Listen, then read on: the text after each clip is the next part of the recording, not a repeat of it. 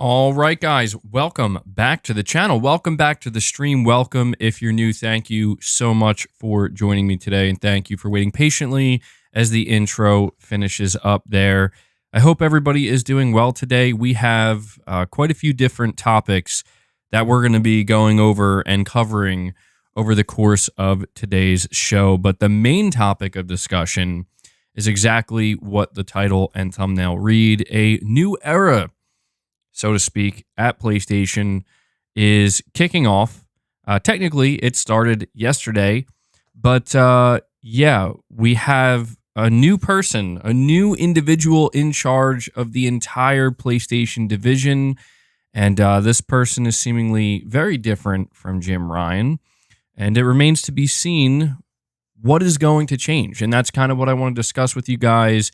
What do we think is going to change, if anything? What changes would we like to see? What changes do we fear may end up be coming down the line? We're going to cover the whole gamut there, but we have other topics as well that we are going to discuss. We're going to be covering a GTA 6 topic that I meant to discuss in the last stream, but unfortunately, time did not permit that. So we're going to cover that. It has to do whether or not the game is actually getting delayed. We're talking about PS Plus a little bit. We're talking about the PlayStation Portal a little bit. We're talking about Jim Ryan and his final comments and how he seems to communicate very clearly that as of right now, the PS5 is on track to be Sony's most successful console.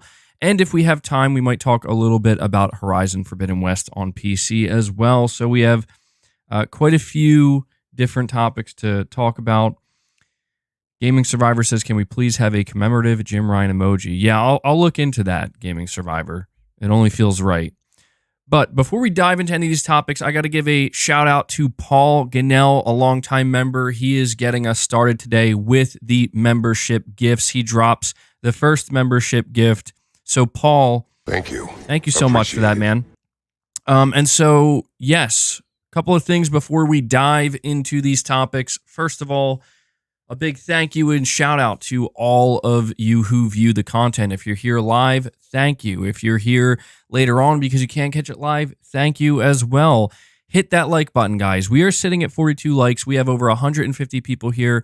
I'm telling you, we can crush 75 likes just like that. But I'm fairly certain we could easily get to 100 likes. Now, listen, the X-bots, so to speak, I don't know if that's what you want to call them, but certain individuals who don't like when MBG talks about Xbox have been making their way to the channel, and they've been hitting that dislike button because they don't like what I have to say about Xbox. Who would have thought? So in order to combat that, guys, hit that like button, okay? It really helps the streams. But more importantly, there are 3 ways you guys can support the channel and support the content directly, and I'm going to tell you what those 3 ways are. I do want to make it clear that this channel is fan-funded. You guys are the sponsors of the channel. If it wasn't for you, funding it directly, I simply wouldn't be able to run this channel the way that I do and produce the content the way that I do. So the 3 ways you can support: consider becoming a channel member.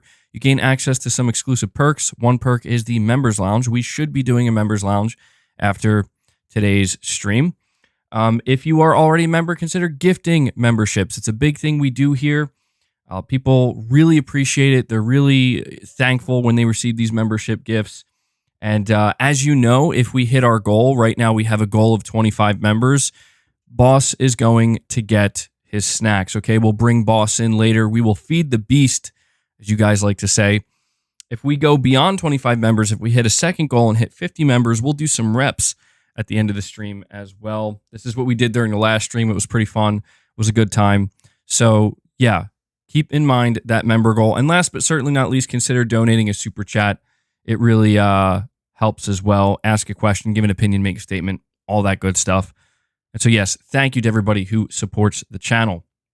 But I'm going to dive into the first topic here. This is not a major topic, but it's something that I wanted to convey to you guys and let you know, because this was actually announced by PlayStation today. It seems like they're trying to up their game a little bit when it comes to PlayStation Plus.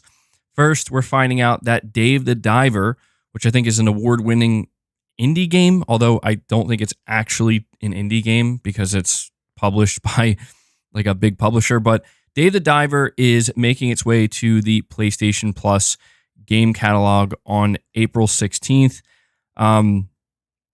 This is kind of like the highlight game, I guess you could say, that's coming to PlayStation Plus. But what's more interesting is there is a day one release making its way to PlayStation Plus. There's a whole blog post on it. Tales of Kenzira Zhao or Zayu, I don't know how you say that, releases day one into the PlayStation Plus games catalog on April 23rd.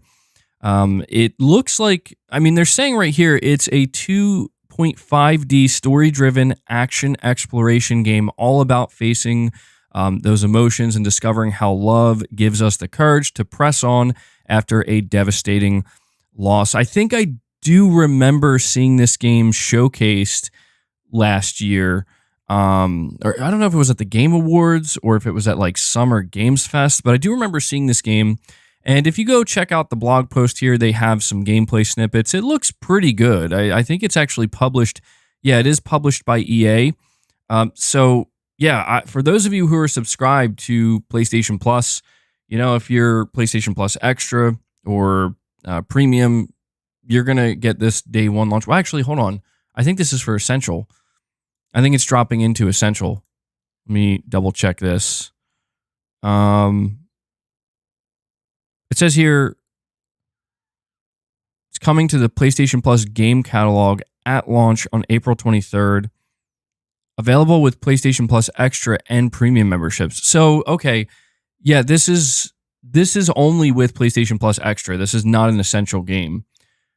So yeah, if you're an Extra or Premium subscriber, you can play this game day one.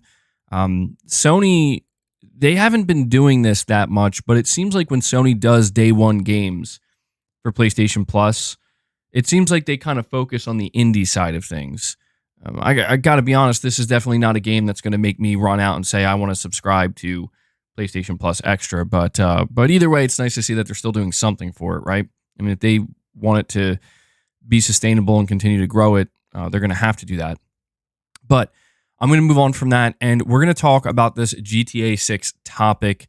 The GTA 6 delay isn't what you think. This was written up last week by Insider Gaming.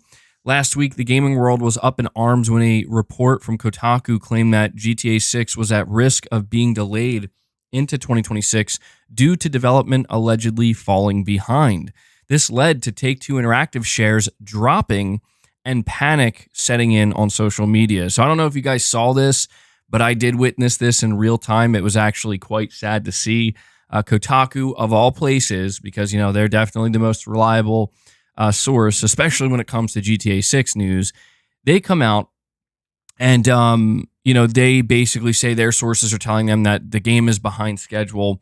And I saw everybody reporting about this. I saw every major, like, not even gaming news outlet, just news outlets talking about this, saying that the game is getting delayed. And there was some pushback here because a lot of people with better reputations when it comes to insider information pushed back against Kotaku, basically saying, what are you talking about? There's no truth to this. And it started to paint a pretty clear picture that Kotaku was doing this for clicks, but it had real repercussions for Take-Two's bottom line with their shares dropping. But the report from Insider Gaming continues.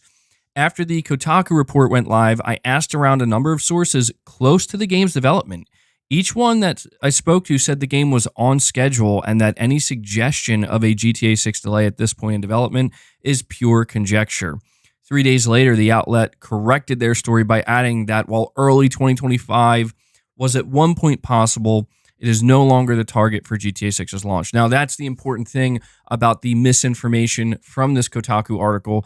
The Kotaku article claimed that GTA 6 was targeting an early 2025 release. The reality is Rockstar never confirmed this. It was just pure speculation. Rockstar only ever confirmed a 2025 target. They never said whether it was early or late or holiday. They never said anything like that. And so Kotaku basically came out and said that they were targeting an early 2025, but it could get delayed to late 2025. And then they went on to say that the game could even get delayed into 2026. But we have Insider Gaming's Tom Henderson coming out, making it known that he spoke to multiple sources close to the game's development where they're saying it's bullshit. You know, the game is on schedule, and anybody who's saying that the game is getting delayed, it's just conjecture. And it's not surprising that Kotaku corrected their story not too long after, because, again, a lot of people were accusing Kotaku of, you're just doing this for clicks. You're basically lying. I mean, I don't know if they're lying or not, but a lot of people are basically thinking that you guys are lying about the situation with GTA 6 or believing some bogus source without actually verifying it first. We're trying to corroborate it. But then we have a second report here, just to really kind of put the final nail in Kotaku's grave here, where it's like no one's ever going to listen to them again. Not that I think anybody really was.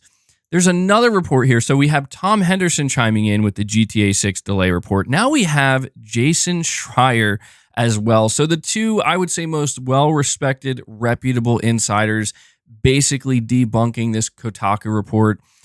Jason Schreier says here that earlier this week, shares of video game publisher Take-Two Interactive plummeted by 5.2% following a report that GTA 6 is behind schedule and could be delayed to 2026. The takeaway here is that not for the first time, when it comes to video games, the stock market often makes no sense. In reality, video games are always behind schedule and at risk for getting delayed at any time, especially when they're as ambitious and under as much pressure as the next GTA. And there's so much time between now and the end of 2025 that even if the production was somehow going perfectly, it would be impossible for anyone to state definitively that the game will be ready to ship in 21 months. And so he kind of goes back here to the earlier conversations about GTA 6 before it was originally, revealed. But it says here on Monday, shares fell. On Tuesday, Kotaku corrected its story, adding that while early 2025 was at one point possible, it's no longer a target for GTA 6's launch, and that the game is actually aiming to be out by fall of 2025, but there's the possibility of a delay. As of midday Thursday, New York Take-Two stock had not fully bounced back, perhaps reflecting investors' skittishness that the sequel to a game that came out 11 years ago may take another 2 years to hit the market, or perhaps investors are overreacting to nothing of significance.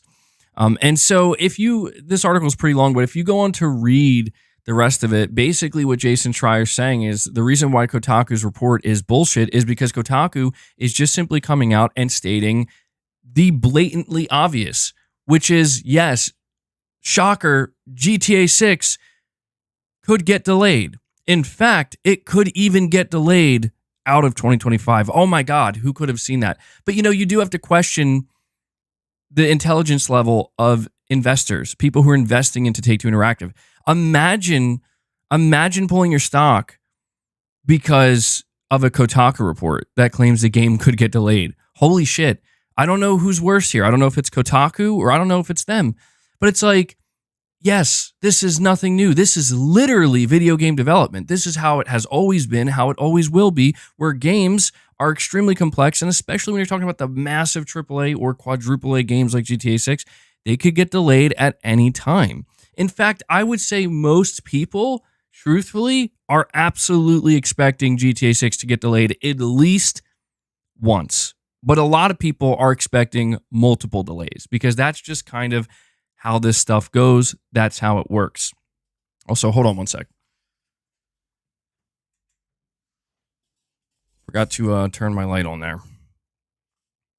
But yeah, I had to be sure to cover this story with GTA 6 because, this is easily one of the most anticipated, if not the most anticipated game. I think it's safe to call it the most anticipated game that we know about right now. And, it's just sad to see, like, this.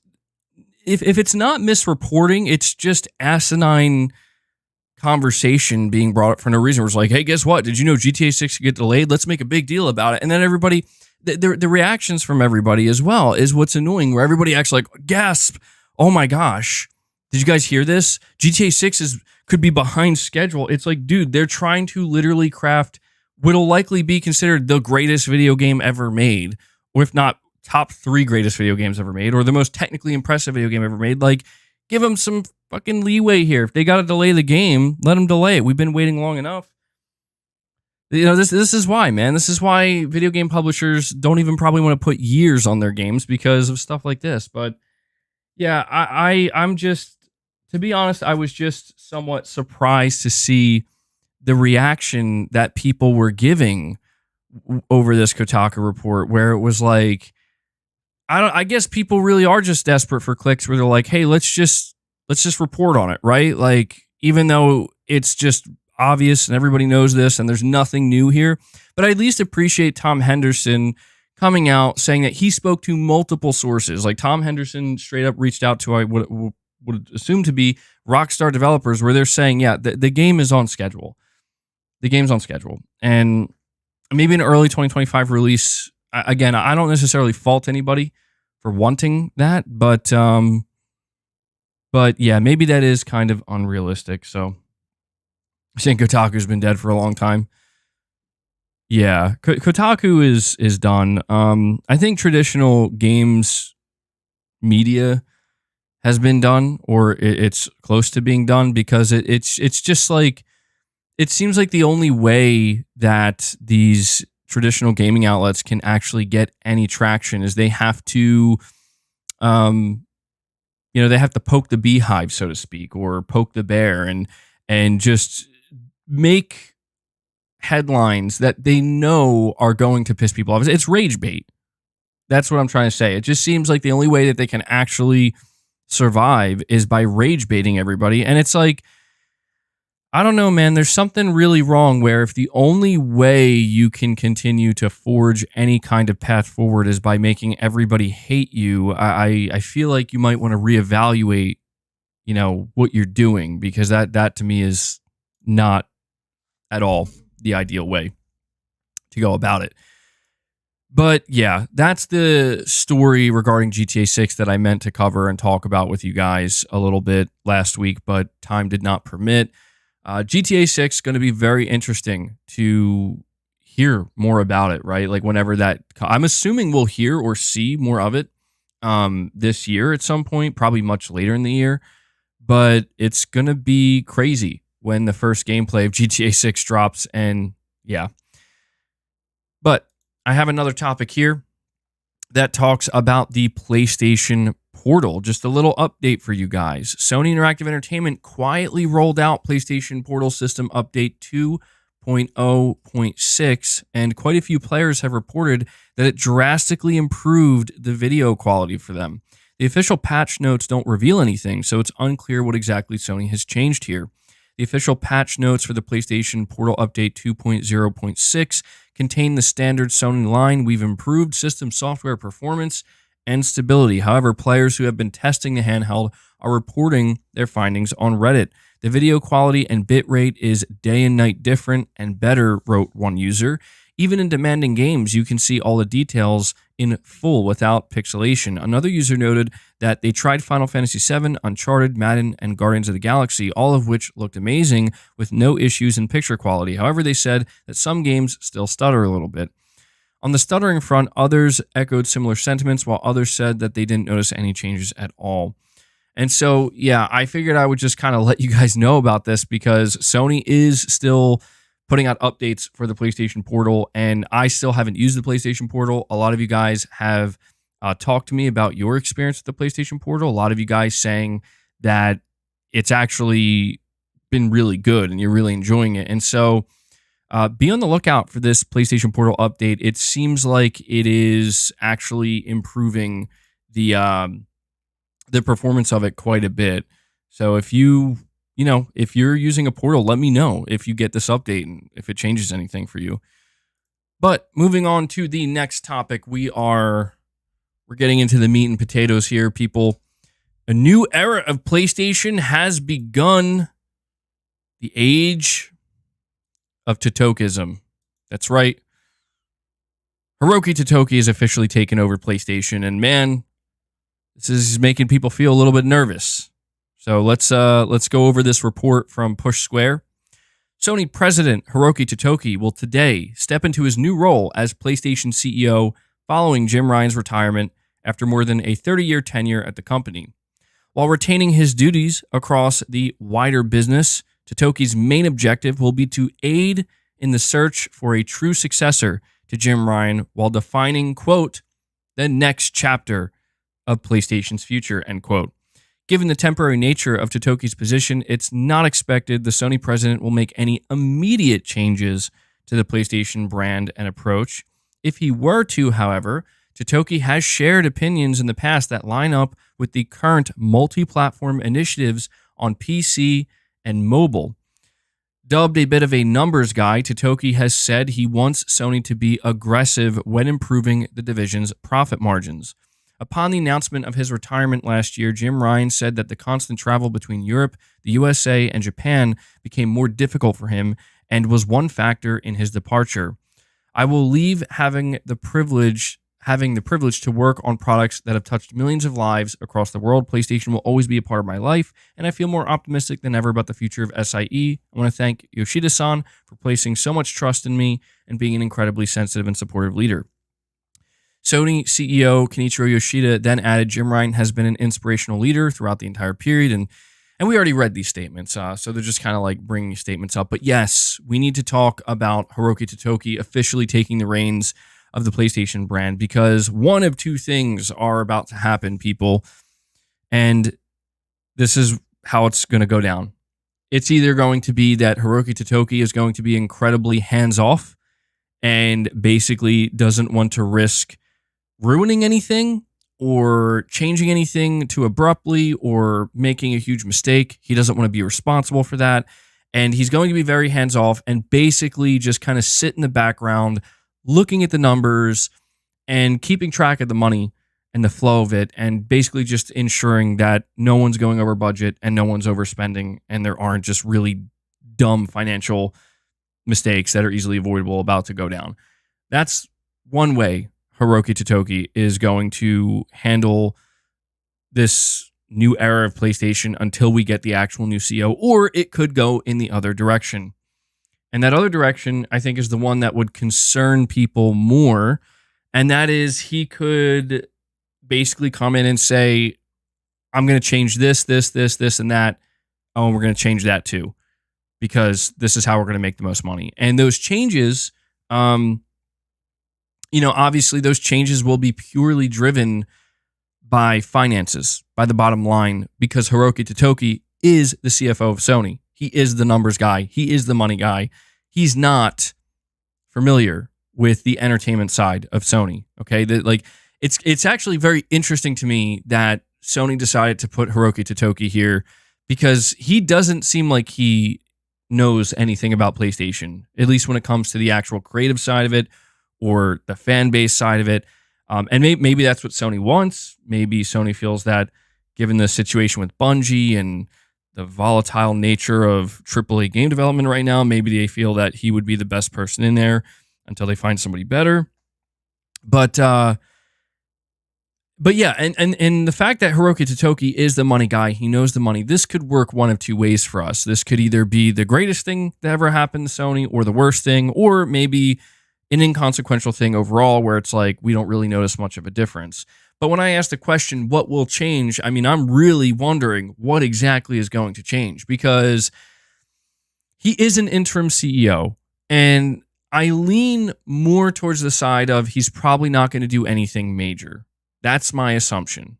Okay. I think that Hiroki Totoki is likely entering this position with a lot of respect for the PlayStation division, with the basic understanding of, this isn't necessarily why he's at Sony. Like, he's not at Sony to be the PlayStation CEO, but he has to take on this role. So he's probably going into it with the understanding that there's a lot he can learn and a lot he will need to learn in a very short period of time. And because of that, I would say he's more unlikely to make any kind of drastic change. But the one thing that Hiroki Totoki did not hesitate to talk about with investors is the same thing that Jim Ryan talked about. And this is where, if anything, we could end up seeing Hiroki Totoki basically being a mirror of Jim Ryan, in essence, for his time as the PlayStation CEO, because the number one thing he was sure to mention is PC. They're going to be more aggressive with putting games on the PC. And this is where the conversation gets interesting, in my opinion, because I've seen quite a few people saying that this is a big mistake. I've seen quite a few PlayStation fans expressing that they don't want to see Sony be more aggressive with PC releases because they fear that this is what's going to undo the console because, well, honestly, they look at Microsoft and they basically say, look, that's how it started with Microsoft.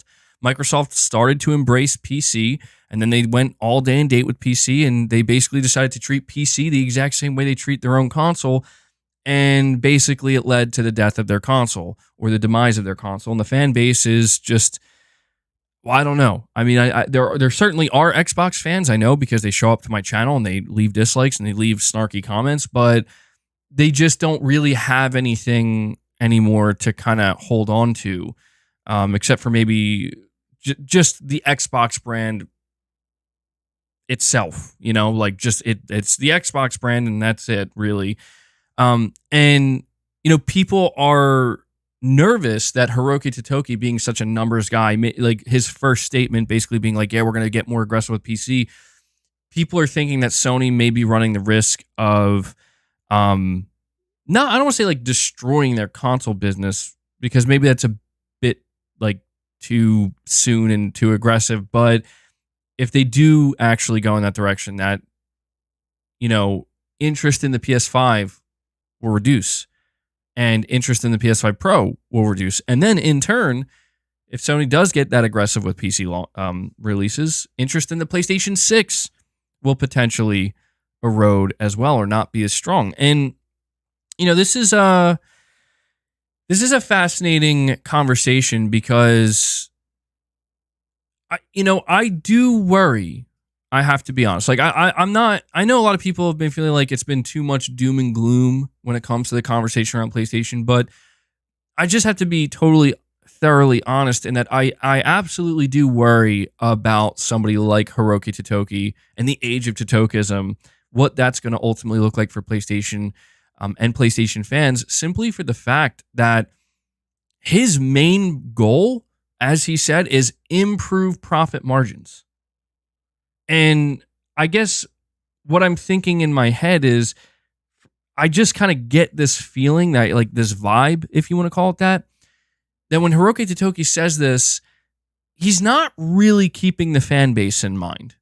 Like, I don't think he's really thinking too much about the console player base. I think he's thinking like outside of that. And that's what concerns me. And that is why a lot of Xbox fans ultimately ended up feeling so frustrated, because that's what it ended up feeling like, that, oh, we're taking a back seat because Microsoft's too busy trying to appeal to everybody else who doesn't care. And I think, you know, PlayStation fans don't want to see a similar thing happen with Sony. And you do have to wonder if, like, could that exact thing end up happening with somebody like Hiroki Totoki at the helm? We have Chris Brown with a $5 super chat saying, already wrote this generation off the worst one yet. Everything is more expensive with the quality in half. Who cares about PC ports? Let it happen, in my opinion.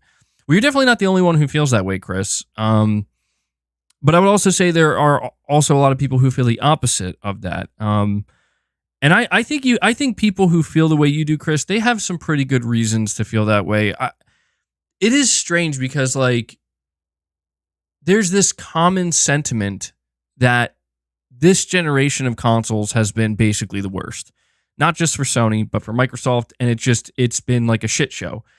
And it's difficult for me to truly gauge that because I cannot say that I was paying as close attention as I am now and have been for the past like 6 or 7 years. I cannot say I was paying as close attention when the PS4 and Xbox One launched. I was definitely paying attention, but not to the same degree. Like, I had a general understanding of, oh, everybody hates Xbox because they fucked up, and everybody loves PlayStation, and PlayStation is making a big comeback, and then that's just the way it's going. And who knows what's going on with Nintendo. That was kind of the sentiment at the time. And then when I think back to the 360 and PS3 generation, I was paying even less attention then, but still had the basic understanding of, like, people are loving the 360. I was one of those people, and the PS3 is shitting the bed, and Sony's trying to figure it out. And then, you know, when it comes to the PS2 and PS1 gens, I was much, much younger, so I was hardly paying attention. And so I guess I'm saying this because it feels difficult for me to truly judge and evaluate how the generation has went so far, because I feel like it would be unfair for me to try to compare it to the PS4 gen. Because I wasn't even really there at the beginning of the PS4 gen, right? Like I chose Xbox One at that time. And so I guess for me, the first half of the PS5 gen utterly obliterates the first half of the Xbox One gen. So maybe that's why to me it feels so good. I don't know. But there is this common sentiment that like this gen just doesn't feel quite right. And I can, when I like kind of take a step back and try to just look at it very objectively, I can see why people feel that way. And I agree. Things have felt very strange because Sony has been delivering when they need to deliver. Again, they had a great launch lineup. I think probably the best they ever had. They had sequels to games lined up. They made sure there was always content. They had second and third party deals. You know, they put these accessories out. And yes, all of this is expensive and you have to pay for it, but they made sure it's there. But at the same time, there's so many other things surrounding that people were like, all right, but like where are the actual PS5 exclusives? Because most of those games are cross-gen, and that's not really what we expect with a new generation. And then, you know, there's a couple, there's like Demon Souls and Ratchet and Clank, but outside of that, it's like, all right, what else? And they're like, well, we're not ready to show anything yet. And then on top of that, surrounding this is the whole live service thing. And that was years in the making, and it's not fully finished yet, obviously, but we're kind of seeing that like, okay, a little bit of it worked, most of it didn't, and a lot of it remains to be seen. Yeah, and again, a lot of remasters and remakes alongside, and again, it's all these different things surrounding the good stuff. Like there's just so many questionable things surrounding the good stuff that Sony's doing, and to me, and I think this is the biggest culprit. I'm telling you, this is why people are so fucking down on PlayStation right now. And I could be wrong, but they changed, dude, like the way they communicate with the fan base and just gamers in general. They completely changed. And now this is where I'm curious if Hiroki Totoki is going to make any changes in this area, because, dude, you don't get shows from Sony like you used to. You just don't. Like, do we get state of plays? Yes. But it's almost like Sony kind of traded in this like one-time big bang special event once a year for like these kind of sprinkled out things. And I feel like, yeah, dude, yes, Irfan, you're saying it all goes back to that cursed showcase. I just feel like the biggest thing that is making fans feel disenchanted or even estranged, if you want to go that far, is Sony just hasn't come out and basically said, let me fucking tell you why you should be excited to buy a PlayStation or play on your PlayStation right now. Now, they have been doing some things. Here's Rise of the Ronin. Here's Stellar Blade. Here's FF7 Rebirth. And I am, you know me, I'm not one of these people that's going to say that doesn't mean anything. No, that absolutely means something. That's what I've been playing for the past couple months. That's why I'm still turning my PS5 on every day. And I think the same goes for a lot of players. But I think you guys know what I mean, is that, again, two things can be true at one time. Sony can have those games coming out right now, but they can also be totally silent and question marks everywhere. And like, other than Death Stranding 2 and Wolverine, like, what's going on over there? You know, like, what are you guys doing? And this is another question I have when it comes to what will change. Will this change underneath Hiroki Totoki? I mean, let's face it. The next PlayStation showcase will not be a Jim Ryan showcase unless he put together a showcase before he left. I think that's unlikely, especially after the last one. But the next showcase will be the first Totokism showcase. And my question is, how different does that look? How much better does that look? Is Hiroki Totoki aware that, like, hey, the core PlayStation fan base has been crying out for another show like 2015 or 2016? Because those were incredible moments that people have never forgotten about. And I am telling you, I want you to think about this for just a second. What happens to the PS4 in 2017, 2018, 2019, and 2020? What happens to the PS4 if those shows from 2015 and 2016 never happened? What happens? I'll tell you what happens. That console doesn't sell nearly as much as it did. That's what happens. Because those shows are, I'm telling you, this is how it works. The more casual gamers are not tuned in to those shows. The hardcore fan is, the one that really cares. And those shows are designed to get the hardcore fan excited. But then what happens after that is the hardcore fan won't shut the fuck up about it. Everybody who tuned into those shows could not stop talking about Final Fantasy VII Remake, about Ghost of Tsushima, about The Last of Us Part 2, about Spider-Man, about God of War 2018. People would not shut the fuck up. And it spread like wildfire. And before you know it, everybody was aware of how amazing the PS4 was going to be in 2016, 2017, 2018, and for the rest of the gen. That is what Hiroki Totoki needs to fucking do. And my fear is that he has no inclination of that. And I fear that because he doesn't work at PlayStation. He is the CFO of Sony. Did Jim Ryan know that? I don't know. Based on his last showcase, I'm not so sure he knew that either.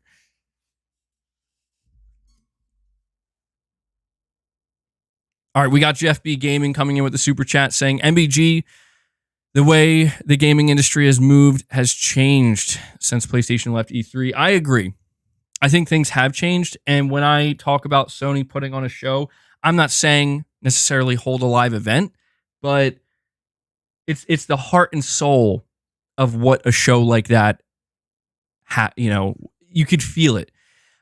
When I think about E3 2015 and 16, that was like the midway point of the PS4. Here's something that Sony, I think, has lost sight of. That I want to know, are you going to get back to this? Because to me, this is why people are so disenchanted. It's when you tune into those shows, there's an intent. I mean, there's a real feeling of they are they are fucking going above and beyond. They are absolutely putting their everything into exciting fans, into generating that fucking hype for not just the PS4, but the entire PlayStation brand. I think if you go back and watch those shows, you can feel that shit. Now, granted, maybe it was, it was pumped up by the fact that it was a live show, but I'm saying that doesn't have to rely on a live show. Sony can still do that with a pre-recorded show. But they need to have that intent. We need to feel that has to be palpable. You know what I mean? William, you're saying this year's PlayStation Showcase will blow everything out of the water. It will be the best show since 2015. Dude, I hope you're right, William. I've been saying this. I've been saying this for a while. I hope you're right. The best is yet to come. My hope is that Hiroki Totoki has nothing to do with the showcase. My hope is that somebody else at Sony, maybe Herman Hulst. You think Herman Hulst will do the showcase of State of Play? Well, I will tell you, if Herman was in charge of the January State of Play, I think we're in good hands. Because that January State of Play, it wasn't enough to completely turn things around, but we got a glimpse. Like, to me, that was like the first real glimpse we got into like, oh shit, they're trying. They're trying to do what they did, where they're like, let's generate the excitement here. But there still wasn't any like major first party announcements. And so to me, that felt like possibly a bit of a tease of like a new era, so to speak, of PlayStation shows. And I know like it, look, I think anybody who's been listening to me, I'm not just thinking about what's next all the time. I spend plenty of time talking about the games I'm playing now, and the games I'm planning on playing next month and in the near future. But I do think that right now is a very appropriate time to talk about what is next from PlayStation, because it seems like they don't even necessarily know, at least not entirely, right? Like what is next for the PlayStation business? I mean, Microsoft comes out, gives a whole business update. Meanwhile, Sony's like, yeah, Jim's leaving and I'm taking over and we'll keep pursuing PC. Does that sound good? It's like, well, can you tell us more? We'll see if we learn more. But we have Ragu Bagu, 20th super chat. Ragu, thank you so much, man. You're saying, I believe in my heart of hearts that 2025 will be a crazy year for PS5. I believe that too. I mean, let's think about it.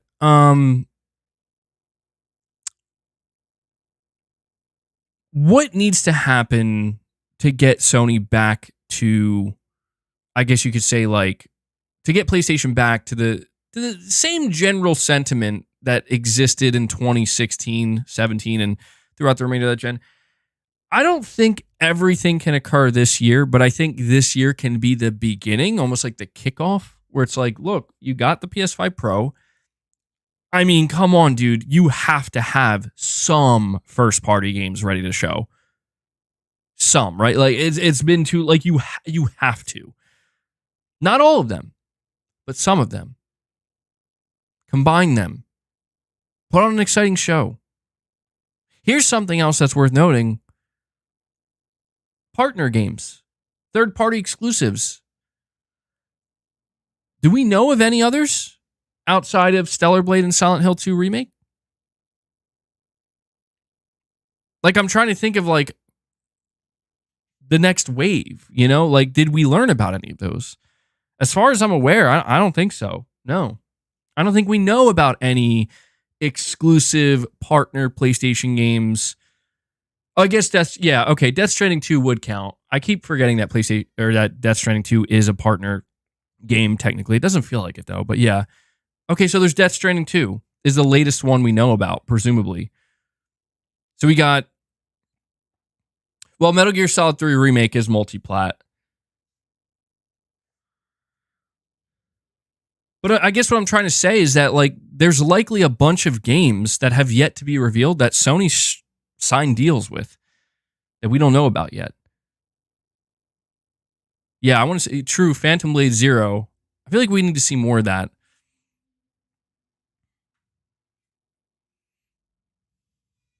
On the dude, you're saying you guys hating on PC are losers. You all want the Pro because it has more PC features. You turn around and somehow blame PC for lack of Sony games. Total retardation going on here. I'll be honest, man. I think it's very simple what it comes down to.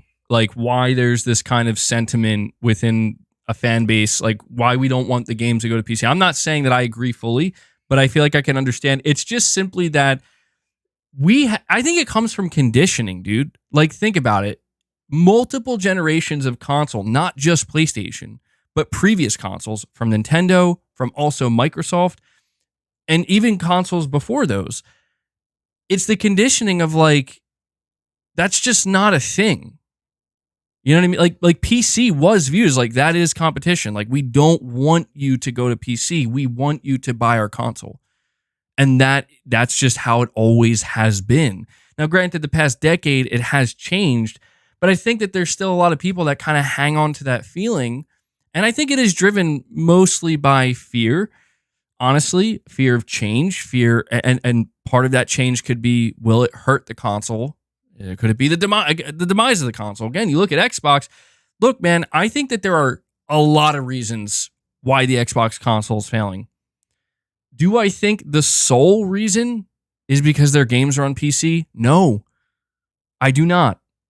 That's why I'm not that worried about Sony embracing PC, because I'm of the belief that Sony, you can embrace PC all you want, just keep making your games fucking good. You make your games good, you're going to sell consoles. Period. Like, I firmly believe that. Will you sell less if all your games are on PC? Yes. Will you sell dramatically less? Probably not. Because I think, like, that's the biggest thing people are overlooking when they kind of throw that in there, where they're like, well, you know, look at what Microsoft did. Microsoft went all in with PC, day and date with everything, and then their console died. It's like, yeah, but they also killed the console with the Kinect before they did that, and their DRM, and it being more expensive than the PS4. Oh, and most importantly, their lack of games. Like, that's the thing, is people weren't buying Xboxes for a multitude of reasons. And Microsoft is, like, seemingly, they just haven't been able, they weren't able to course correct quick enough to win people back over to buying those consoles. And now they've reached a low point where it's like, we have to start putting our games everywhere now. Sony is not there. Like, Sony still, for example, I will just use Ghost of Tsushima, the sequel. I don't think this is going to happen. To be clear, I think this would be quite a shocking move if Sony did this. My expectation is Ghost of Tsushima will be a PlayStation 5 exclusive until it's not. But what Sony's going to do is, this game sold over 10 million units, probably sold a shit ton of PS4s. We gave it a director's cut on PS5. It's going to be exclusive to the PS5, at least for 1 to 2 years, maybe 3. Depends, I guess, on the sales potential. But then it'll go to PC. However, let's say Sony takes a different approach where they say Ghost of Tsushima, day 1 PC, day 1 PS5. Buy it where you want. Does the PS5 fall off a cliff? No. I know people think that's what would happen. That is not what would happen. I assure you, that's not what would happen. Would their sales be reduced? Likely, yes. But if you're thinking that, like, the difference between Sony going day and date with PC, I think people are of the mindset that they're going to go from 100 million PS5s to like 50 or 60 million. That's not going to happen. I'm telling you, like, that will not happen. What's more likely is you'll go from 100 million to maybe like 80, maybe 75. But even then, maybe I'm reducing it too much. Maybe the PS5 could still sell 100 million. But the point is, if they make good, compelling games and they continue to market and support their console properly, and by support, I mean, keep it within a reasonable price range, update it, just put it in front of people's faces, like, make it known, like, we care about this thing, please buy it. I think it'll do just fine. And because I firmly believe that let's look at, like, what was it, 2016? I think it was with Quantum Break. Microsoft was like, we're going day and date with PC. I think it was 2016 with Quantum Break. And I remember that broke the internet because everybody was like, oh my God, is this the death of the Xbox console?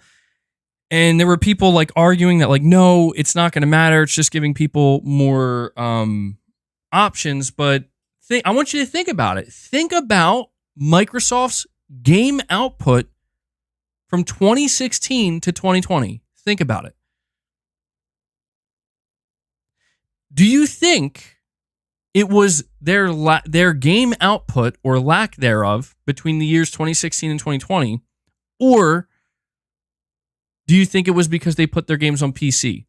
Which do you think killed the Xbox One console?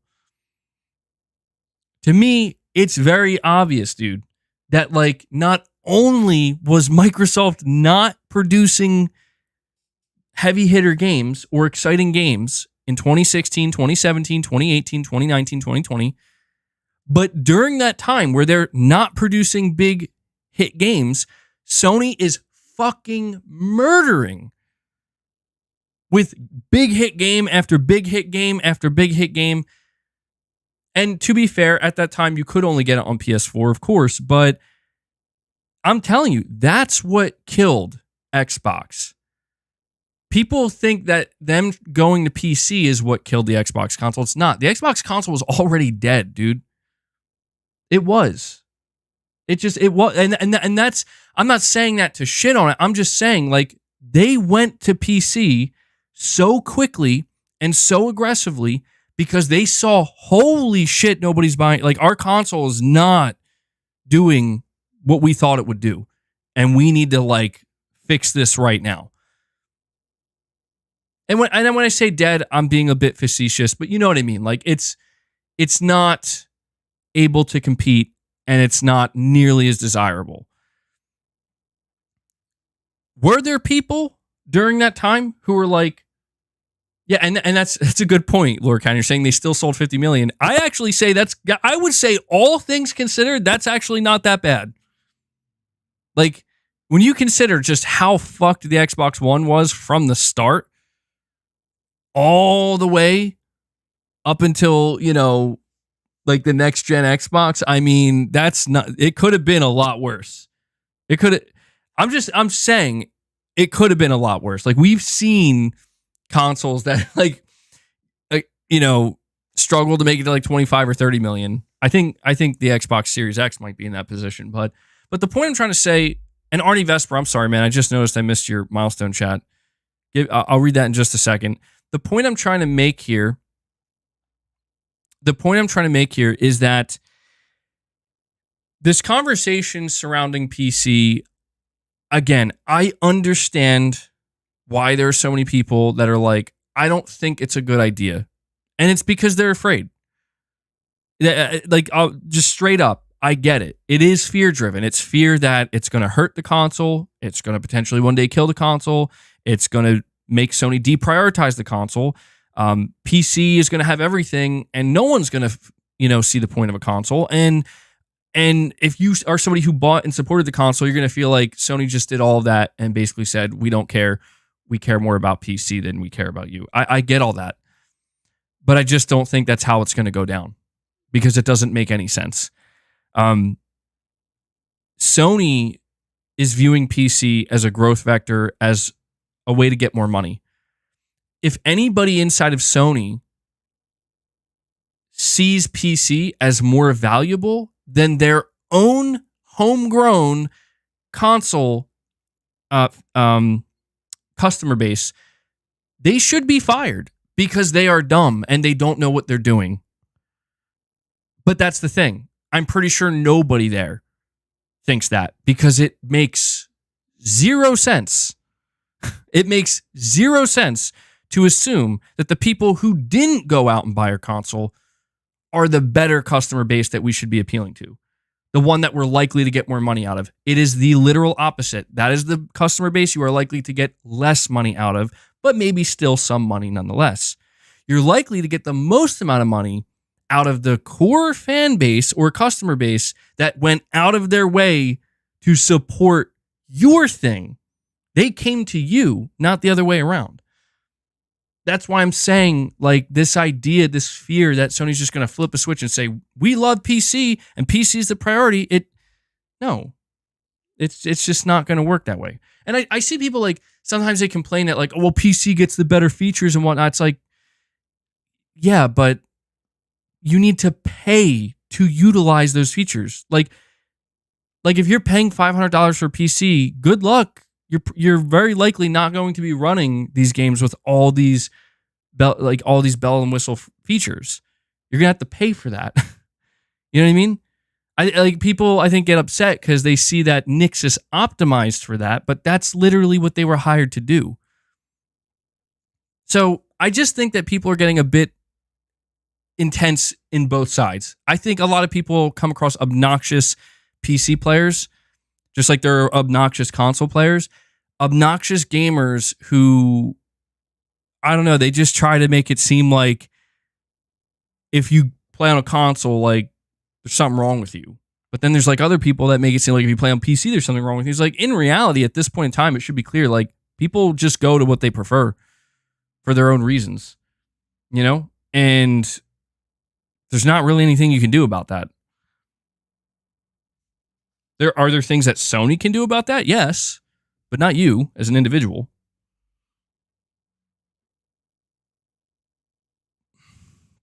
TMS, you're saying, MBG, I can pay $1,000 for PC and easily get 7 years of value with not paying for PS Plus or even buying their games, getting them free elsewhere. Now, when you say getting them free elsewhere, are you talking about like pirating, I'm assuming?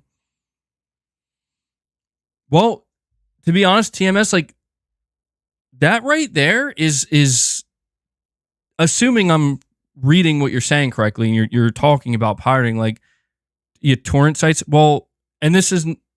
Look, man, I'm not about that. I don't encourage that. Like, I very much encourage, like, pay for the things that you like and try to support it. I'm not saying encourage greedy companies. I'm just saying encourage the artists, you know? But that right there is why Sony should be very careful, because there are many people who feel that way. And I just think that that's where Sony does need to kind of, I think, be careful where, well, they have the data, right? It's hard for me to say. I don't have the data. Sony knows how many people pirated Horizon Forbidden West. Sony knows how many people pirated all their other games that they put on PC. Arnie Vesper, you're saying, what annoys me the most in gaming is all the crying people looking for things to complain about, like an optional PS5 Pro. Just chill, enjoy, and play. Yeah, dude, I don't know, man. The conversation around the PS5 Pro is so bizarre to me, because I'm telling you, dude, I'm telling you, I wish I could I wish I could work for Sony for like just a week and like be part of their meetings and be the hype man and convince them, like, guys, I'm telling you, like, I know what you need to do. You can turn this ship around, bro. It's real easy. I'll tell you exactly how I get it, but it's like I give them my whole plan, and they're like, but we don't have any games ready to show. I'd be like, oh man, how do I report this back to my audience? No, but I mean, that's the thing, Arnie. Like, people are so frustrated about the PS5 Pro because they just don't know why they should be excited.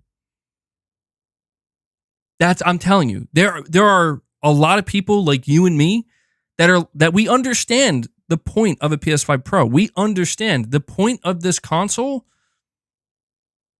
is to get more performance and better looking games, if that's what you want from this generation of consoles. It's there if you want it.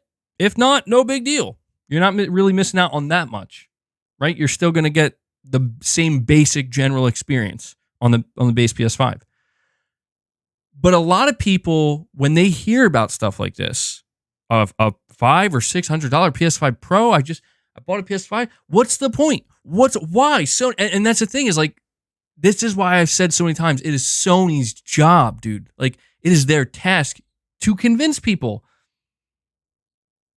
Because there are a lot of people right now that want to be convinced. Every person you see complaining about the PS5 Pro, believe it or not, they are a more likely candidate to buy one, because they're the ones that are paying the most attention. And they're the ones that are going to see if Sony comes in, knocks the fucking doors down and says, this is the PS5 Pro, and these are the games that we're going to have on it, and this is what they're going to look like. Those people are paying attention. It's the more casual market that probably isn't even paying any fucking attention. And they're just like, I got a PS5 and games look great. And so you're seeing people, I guess the way you could view it is, you're seeing a lot of people who do actually care, because trust me, they care. People who truly don't care are not here. And I don't mean literally here in this stream. I mean, they're not part of the conversation. They're literally doing something else because they don't care. Anybody who's engaged in these conversations, anybody who takes time out of their day to leave a comment, to reply to a comment, to make a post, to do anything, to make a video, to whatever, they care. That's why you're hearing from them. And what I've learned is that, man, there are a lot of fucking people who care. Sony, you got to speak to those people. That's what Sony has to do. And this all comes back down to this new era of PlayStation that I'm telling you, Sony, you got to create the fucking excitement. It's not magic. It's not. You got to generate the excitement. And there's just a severe lack of excitement. And I'm not just pinning it on PlayStation. There's a severe lack of excitement in all of gaming right now. But I definitely see it with PlayStation as well. I do. We have Paul Ganell coming in, dropping a second membership gift today, guys. It's slow going, but Paul wants to, he's trying to encourage you guys. Come on. Paul's like, guys, we got to hit that 25 mark. He dropped the first two for you. Sony can't fool MBG on the SSD again. Well, no, to be fair, I don't think anything Mark Cerny said was bullshit, because it wasn't. But I think the disconnect was simply that Mark Cerny made it clear that the dream is what developers could do with this console. Not just with the SSD, but with the I/O throughput and the way everything is customized and put together. The dream is what they could do. And I just think a lot of us didn't quite realize at the time that he's really talking about like the end of the generation, or like the second half of the generation, after devs are working with this console for like 5+ years. And then we can really start to see what they could do with it. So don't count it out yet. We'll see. But yeah, I think the biggest problem Sony has right now, and what, it's impossible to know right now for sure if it was like, is it Jim Ryan's fault? Like, I don't know who's responsible. It's hard to say. But right now, I think Sony has a great opportunity where this can be kind of a new beginning, where Sony, you want to get your profit margins up. You want to increase your sales. I mean, look, there's more to it than what I'm about to say. I understand that. But the best place to start is get the fucking fan base excited, dude. Get people back in your corner and get them on your side again. And a lot of people still are, but I think a lot of people have lapsed, and have started to kind of feel like, what's the point? Trust me, I'm seeing that. I'm absolutely seeing that. And it's sad, because it's like, I would have never to be honest, I would have never guessed that 4 years, nearly 4 years into the PS5 gen, that this is kind of like a lot of the conversation I'd be seeing. Carl G says, I wonder how they do that. Well, I think we all know, man. I don't mean to sound like a broken record, but Sony, you gotta show people the goods, man. You do. Like, you can't just keep getting by on these small stated plays and expecting the excitement to maintain itself. And it's interesting, because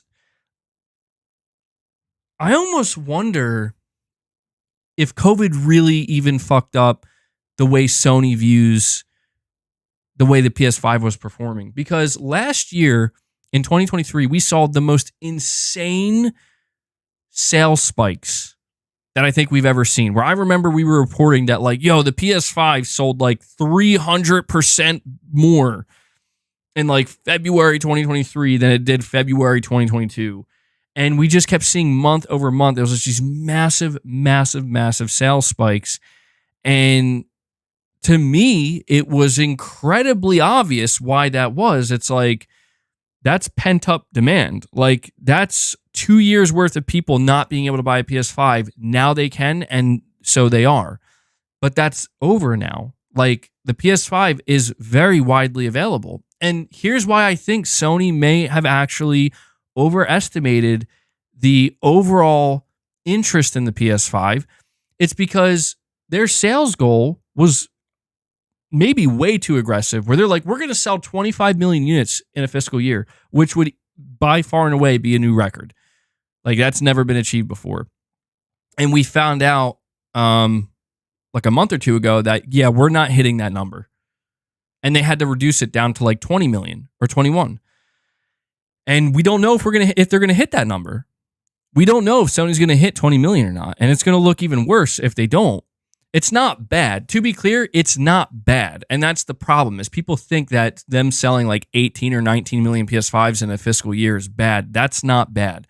But what it does reveal to you is the way, like, their thought process of, oh my God, look at how well the PS5 is doing. We're going to break a fucking record. Easily. We're going to sell 25 million. And it's like, well, hold on, Sony. Maybe you're not, because a lot of that sales bump you're seeing is the just inertia. It's the momentum of like for 2 years, a lot of people did want this thing. They couldn't get it. Now this year they're getting it.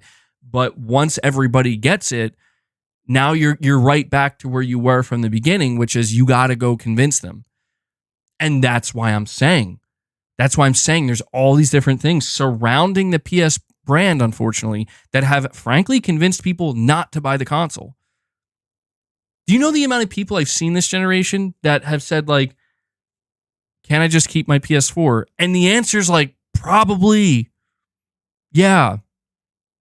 Like if you're a PS4 player and you didn't upgrade to the PS5 up until this point, I'm not saying you didn't miss anything. You definitely did miss some things, but like it would be hard for me to really make it sound like, oh, you missed it all, bro. You were totally missing out this entire time. It's like, I think you're missing out on some stuff, but a lot of it, certainly the bigger things, probably not. Not yet. And to me, that is what Sony needs to correct. That right there. I think Sony has created this really potent, I don't know if it's really potent, but it's potent enough to be having some kind of impact right now. And that is, you did cross-gen for the first time for years. It took up until Spider-Man 2 to stop doing cross-gen. Like, it was like 3 years into the gen. So that's one way you're disencouraging people from buying a PS5. You're not doing enough dedicated PS5 only exclusives. Maybe it was up until Final Fantasy 16, to be fair, but from Sony Studios themselves. And then the second thing is, and you are supporting PC more than ever. So you're giving people two other options that you never did before. So again, I'm not saying that, oh, cross-gen and PC is going to kill the console sales. No, but it absolutely could explain why Sony's not hitting their record-breaking goal. And this is my question. This is my question right here. Who was this, Jim Ryan? Who at Sony thought that this could happen? Hey, guess what? Guess what? We're going to do cross-gen games for our major first parties, and we're going to release games on PC, and we're going to break a fucking record, an all-time record with console sales? Something's disconnected here. Something's not... I just hit my mic. I'm sorry. Make sure I didn't just... Okay. Something's disconnecting here where it's like, hold on a second. How does that work? You're doing two things to actively de-incentivize people to buy your PS5, but you're setting a record as if you're giving people the most reason, like more reason than ever to buy a PS5. Do you see the disconnect here? This is where I question.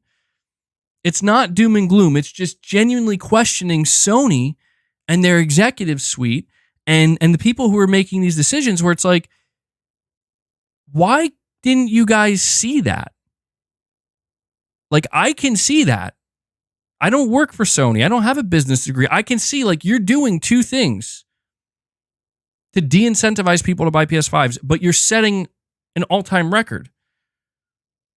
Again, I think too many of these business executives who are doing this and running these companies, I'm telling you, man, they were totally blinded by the numbers that they were seeing, by the charts, by the growth. And they just, like, they didn't want to see that your PS5 sales are exploding during this time because of pent-up demand for 2 years. But do not be surprised if once that pent-up demand, you hit that threshold of like, okay, everybody who wanted one got one. Now you're back to having to convince people to buy one. Don't be surprised if you find out that all those years of doing cross-gen and all those years of bringing more and more games to PC, again, it's not going to kill the PS5, but you're not going to break records that way. Like, that should be common sense.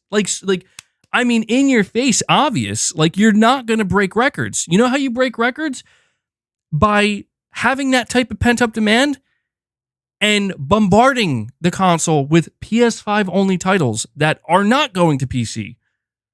Maybe ever. Or anytime soon. Not this generation.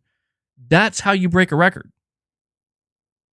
So, I don't know. We'll see, man. We'll see. I just hope these executives realize that. Like, I hope Hiroki Totoki, see, something tells me, I'm telling you, man, this is the more pessimistic side of me. I'm worried that he has no fucking idea what he's looking at, dude. Like, and not numbers, like money-wise, he knows what he's looking at. But I'm talking about, like, I'm worried that what I just said has not registered in their brains over at Sony. And instead, they're just basically like, I guess people are becoming less interested in the console now. Well, that sucks. Guess we should try to expand even more aggressive beyond it. It's like, oh, hold on. Or maybe you made changes that, again, have served to de-incentivize people, and you should, I'm not saying reverse it, but slow it down a bit. You now are at that point where you're going to have PS5 only titles. Death Stranding, Wolverine, Ghost of Tsushima sequel, Naughty Dog's next game, all these games, right? Like, you now have the ability to say no PS4 at all, not happening. Boom, and a PS5 Pro alongside that. PC shouldn't be part of the conversation for those games. And if it is, in my opinion, that's where Sony might fuck up, because it's like, again, it's in the context, without contradicting what I said earlier, it's in the context of what is your goal. If your goal is to just sell a moderate amount of PS5s, okay, that's fine. PC can be a part of that conversation. If you just want to sell a moderate amount of PS5s, PC can be part of that conversation. But if you want to sell the most amount and try to hit a high watermark of some kind, you can't do that. At least not nearly as quickly, I guess you could say, as you have been. So I don't. That's why I'm curious. What will change? I've already been seeing people saying, like, dude, Sony's got to walk away from PC. And I don't think they're going to do that. I think, literally Hiroki Totoki's saying they're not doing that. They're doing the opposite.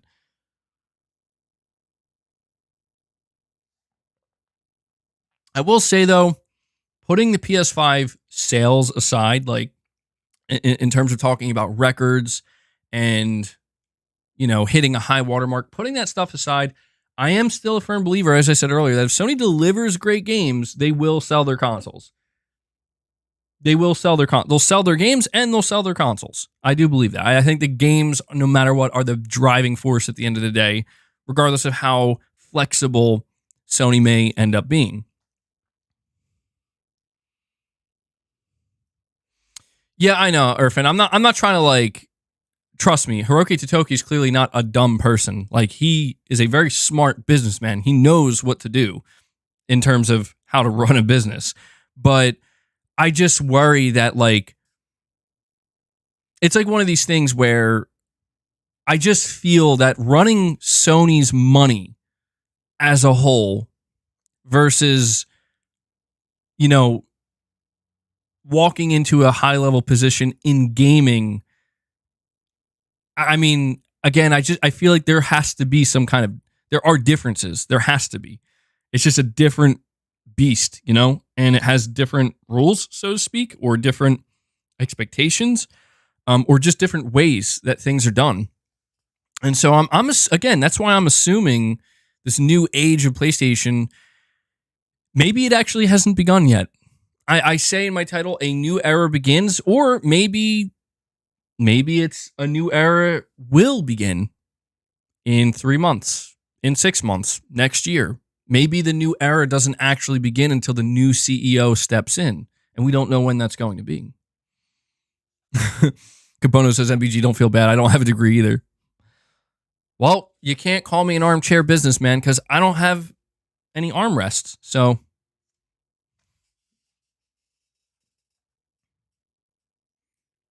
you're saying I'm so confused listening to what you just said. I feel like a Top Gun rookie.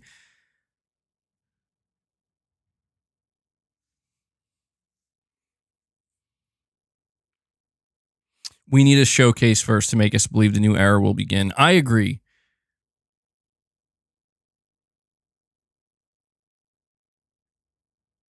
Well, here's what's weird to me. All right, here's what's weird to me. When I look back at the first 4 years of the PS5, there was a shift at some point. And I'm curious, I want you guys to give your opinion on this and tell me what you think happened. But I look at 2019, and I think at around this time, April, May of 2019, things started to really heat up somewhat. Where, okay, now the next gen conversation is beginning. There's the early days. But then, and there was like a lot of buzz and interest and potential excitement. Keyword being potential excitement. Then 2020 came, and obviously we know what happened with the pandemic.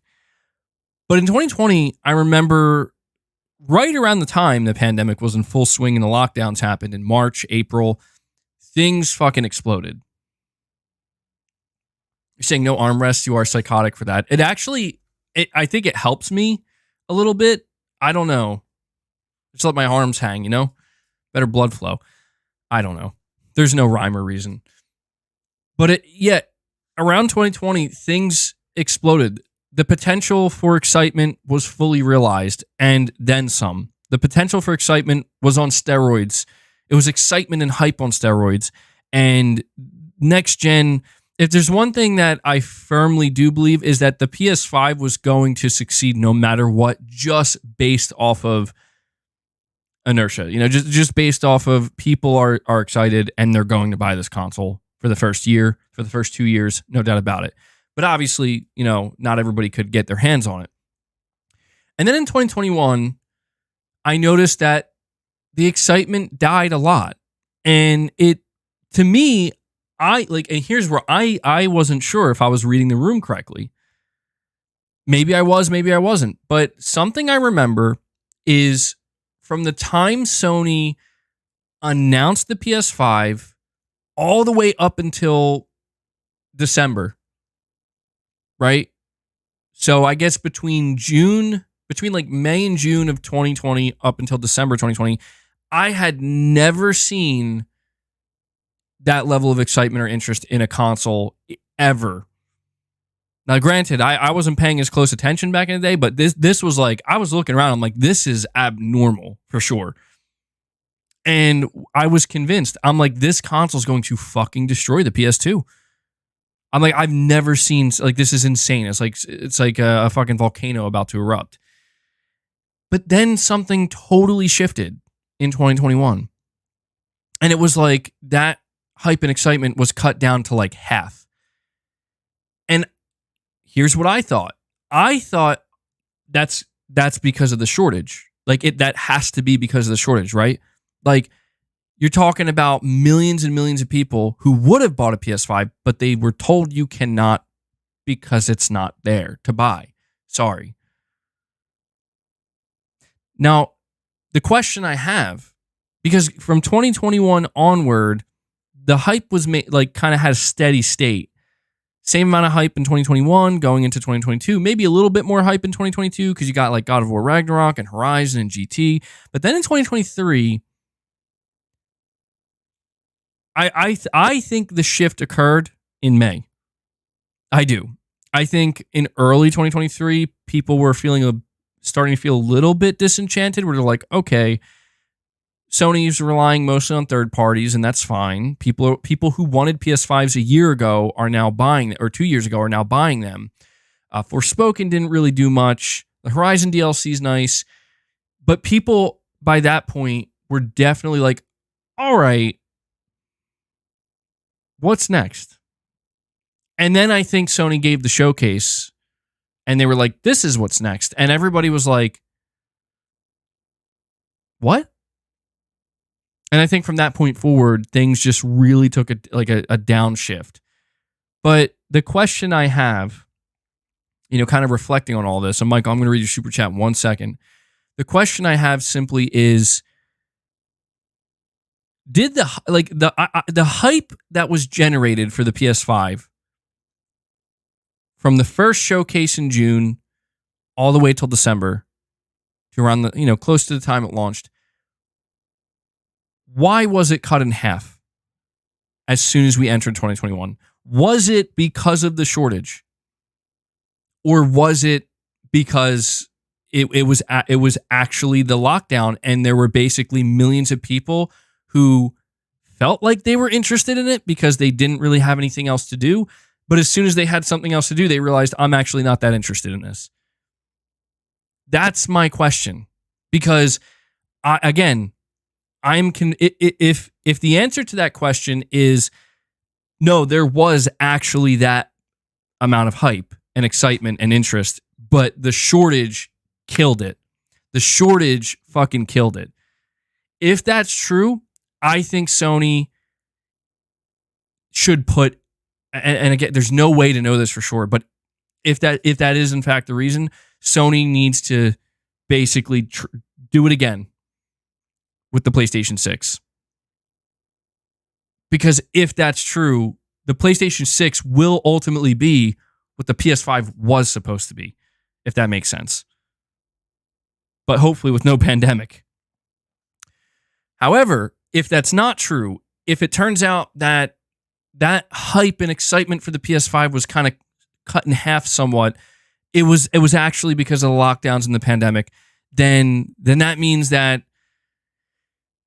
well, it means exactly what not everybody, but what a lot of people are thinking right now, and that is that it just turns out that there is still interest, but it's not like it peaked a long time ago, essentially. Like it peaked, and we know what the upper limit is, we know what the ceiling is. And that's what concerns me, is that there's so much talk going around the industry right now where it's like, there's no more growth in consoles. There's no more growth. And I don't know that I believe that. I mean, I don't know. It's tough because it's like, well, can you go past the PS2? I don't know. That does sound kind of crazy, but maybe you can. Like that, I don't know. That's the question I want answered. Have we truly hit the ceiling for consoles? Or is that just, is everybody coming to that conclusion right now because it's actually a byproduct of we just hit a fucking pandemic during the launch of a new console cycle? That's like, this is why I tried to tell people, pay very close attention to when Sony literally told their investors, we have no idea how to read PS5 sales now. COVID fucked it up. So believe it or not, Sony is asking the exact same question I am right now, which is like, if you're Sony and you're looking around, everybody's like, the console's on its way out, bro. The console's not growing. It hit its upper limit. You have an interview with Phil Spencer that's like, yeah, consoles are basically done. I mean, he didn't say it that way, but he's like, yeah, there's no more growth there. How do we get back to growth? And it's like, well, hold on now. Hold on. This is why I'm like, what? Like, you guys,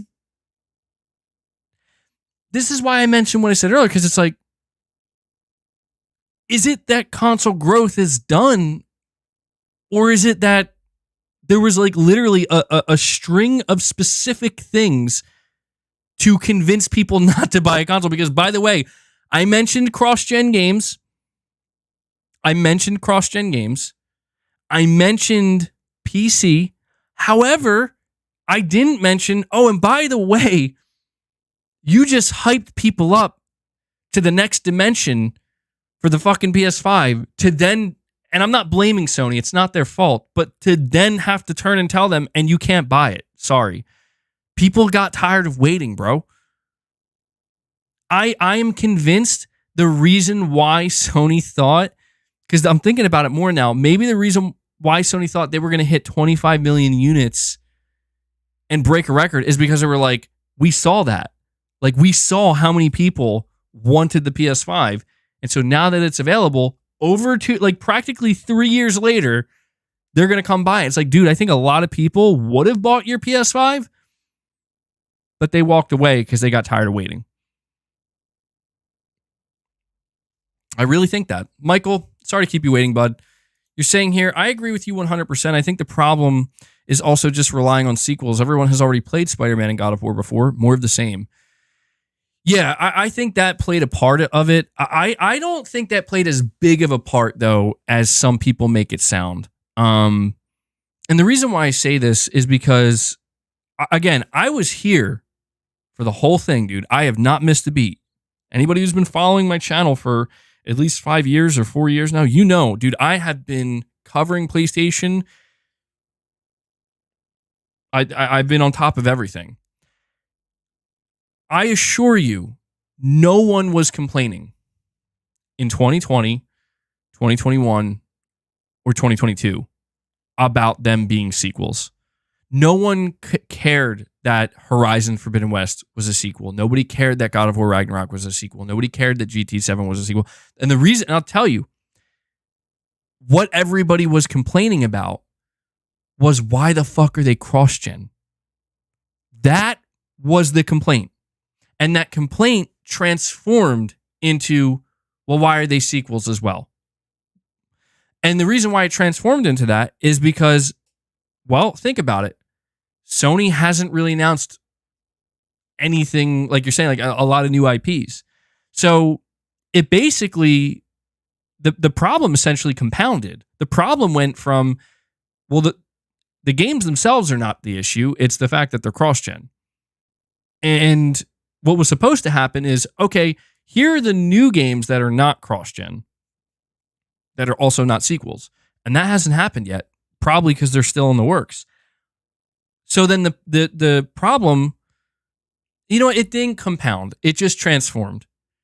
Hey, no more cross-gen, guys. Oh, that's great, but we don't have any new games ready to go either. So it's like, well, what the fuck? You know what I mean? So it's almost like you're trading. They basically traded one problem for another. And I think that's why people are just like getting frustrated, because it's like, well, damn, you know?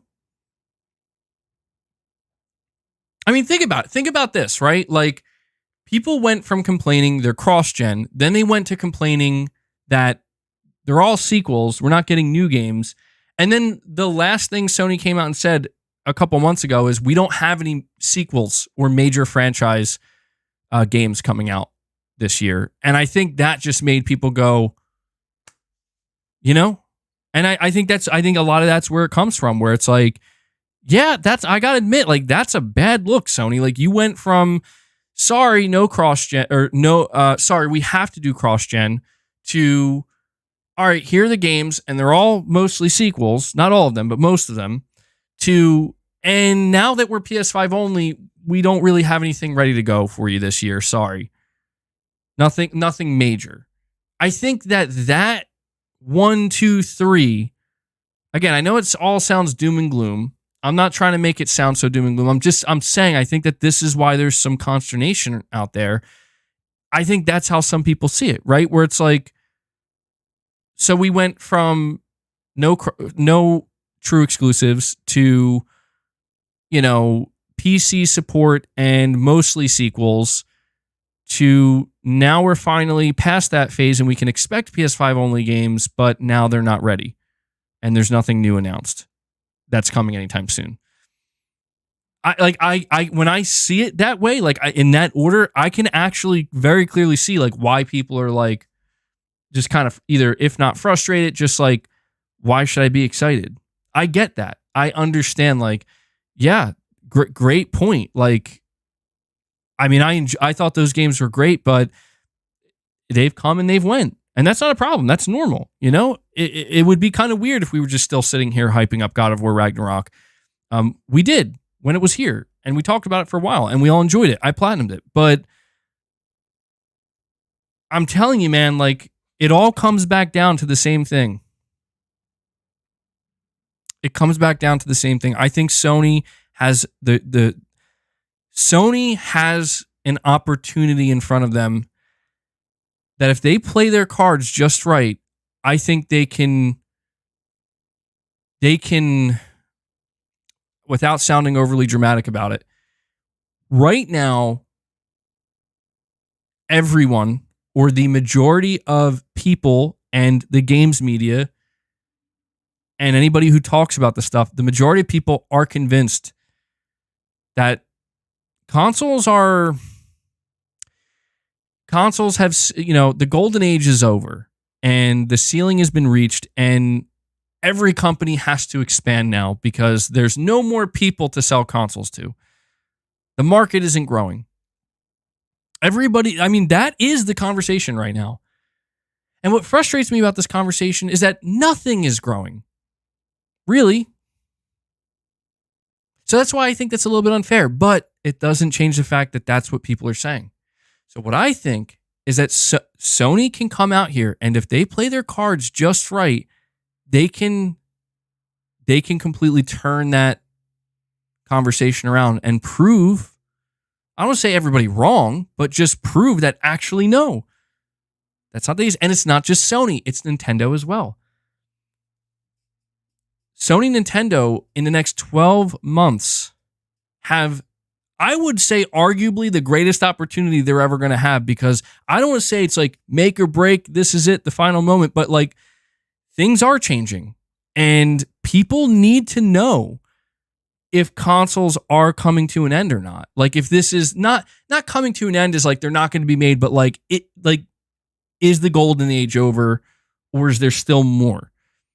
And this is where Sony and Nintendo together can come out and prove that no, actually, we can go a lot further. And here's how we do that. But I think, again, that only comes in one way. That only comes...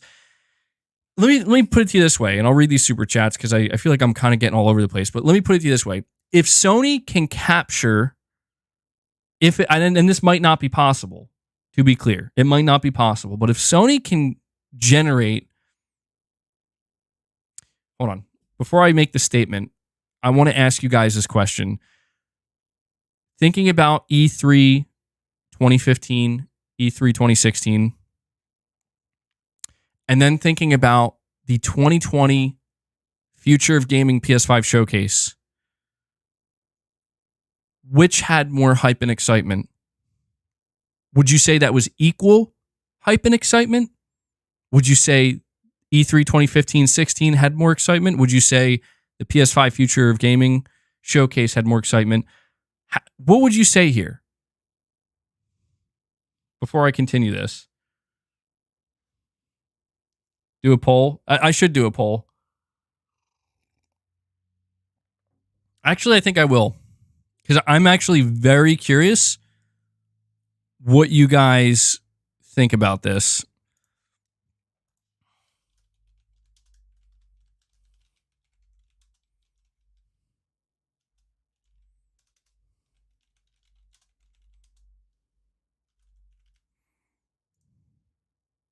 Give me 1 second.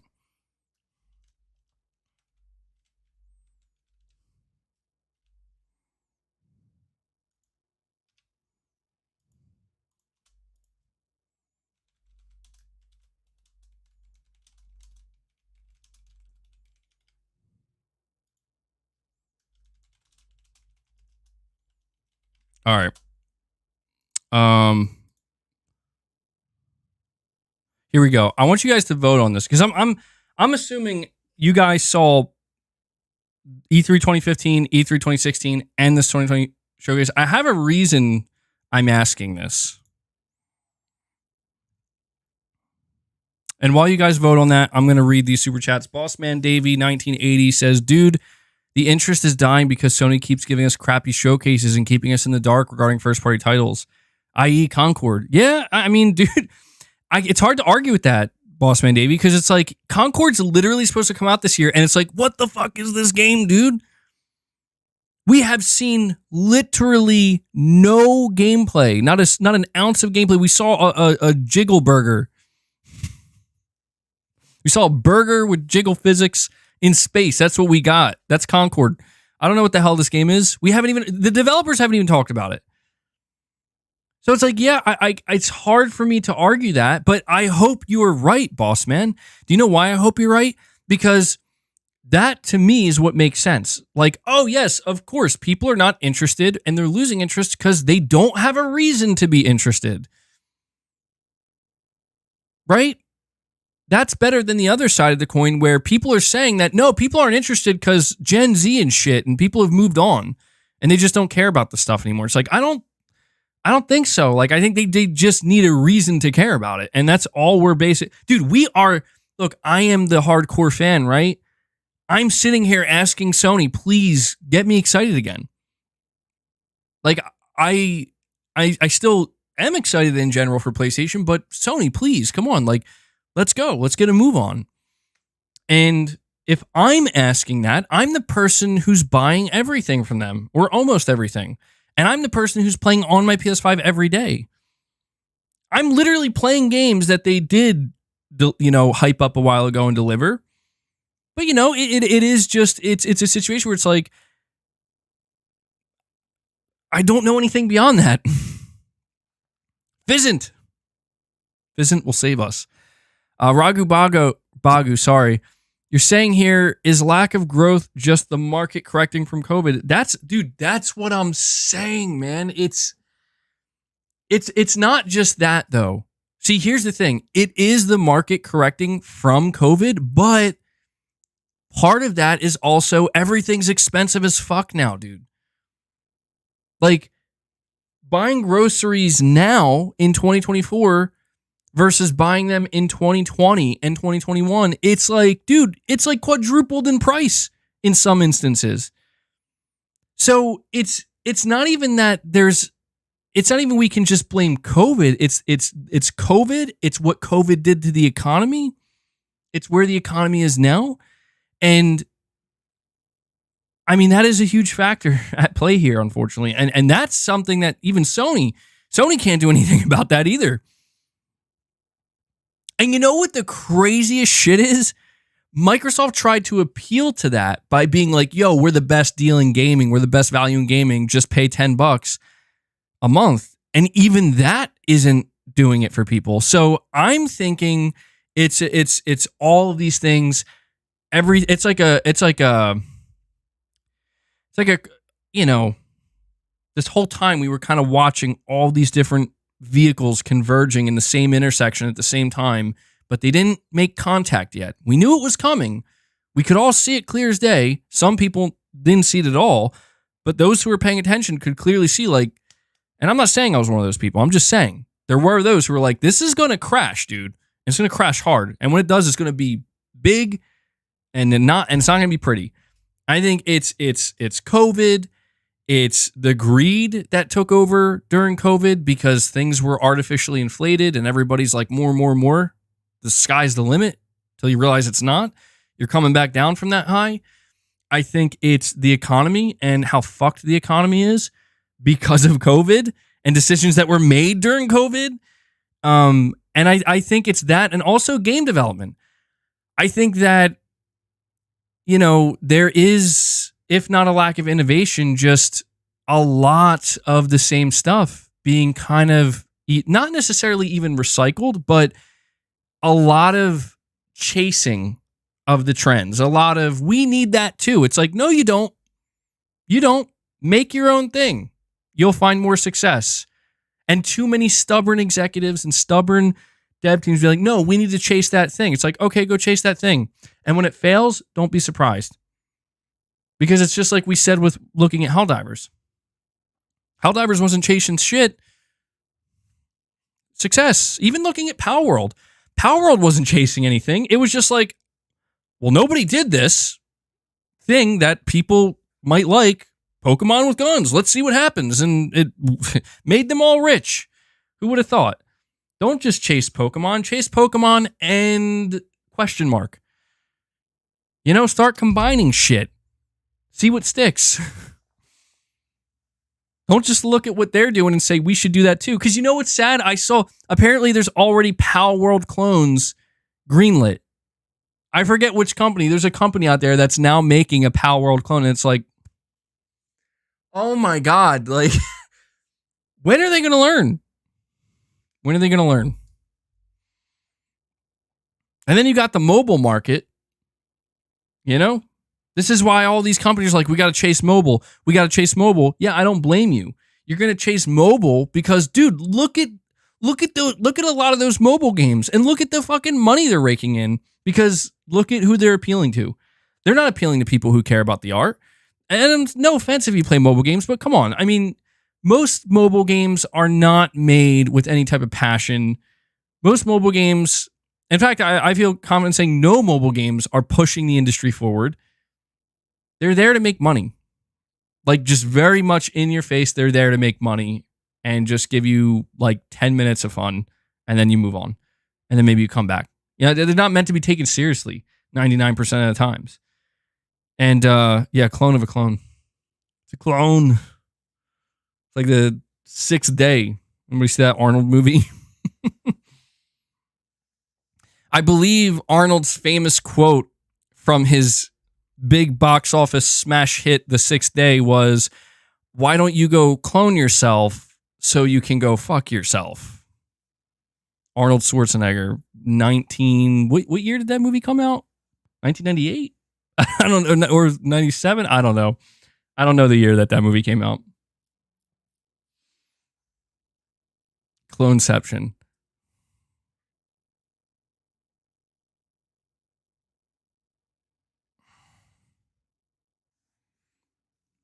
Chris Brown, you're saying, actually, unfortunately, Modern Warfare 3 is very successful.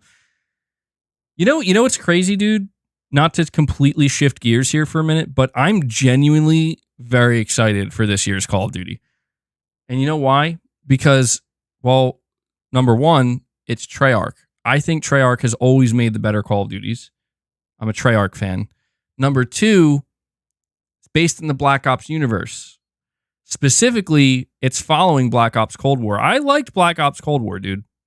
I thought Black Ops Cold War was good. It was like the last good Call of Duty. But also, and here's the big reason. Why? Yep. Hen knows. This is the big reason why I'm going to be paying close attention to this year's Call of Duty. 4 years of development time, dude.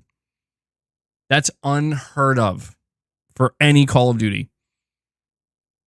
And I won't lie, like 4 years, I'm expecting this Call of Duty to be significant. I don't want to say like significantly different, but like much better in a lot of ways than any other Call of Duty, because I don't recall ever getting a Call of Duty that had 4 years of development.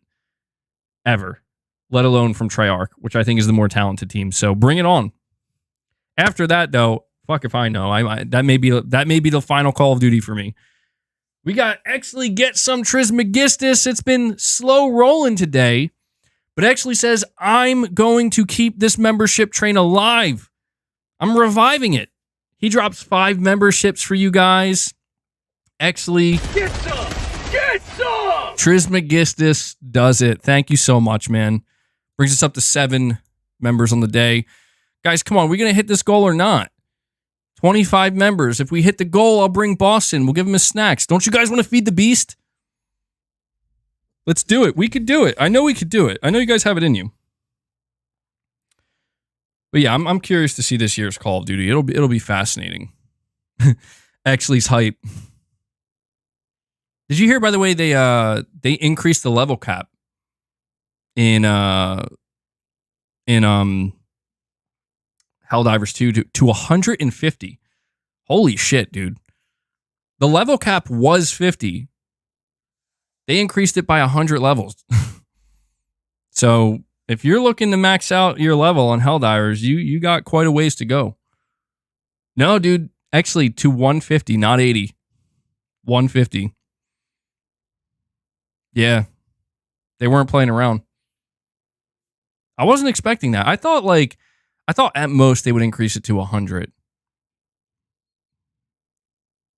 The Vitruvian man, you're saying you're level 82 now. Good stuff, man. I have to admit, I haven't been playing Helldivers as much lately, really at all.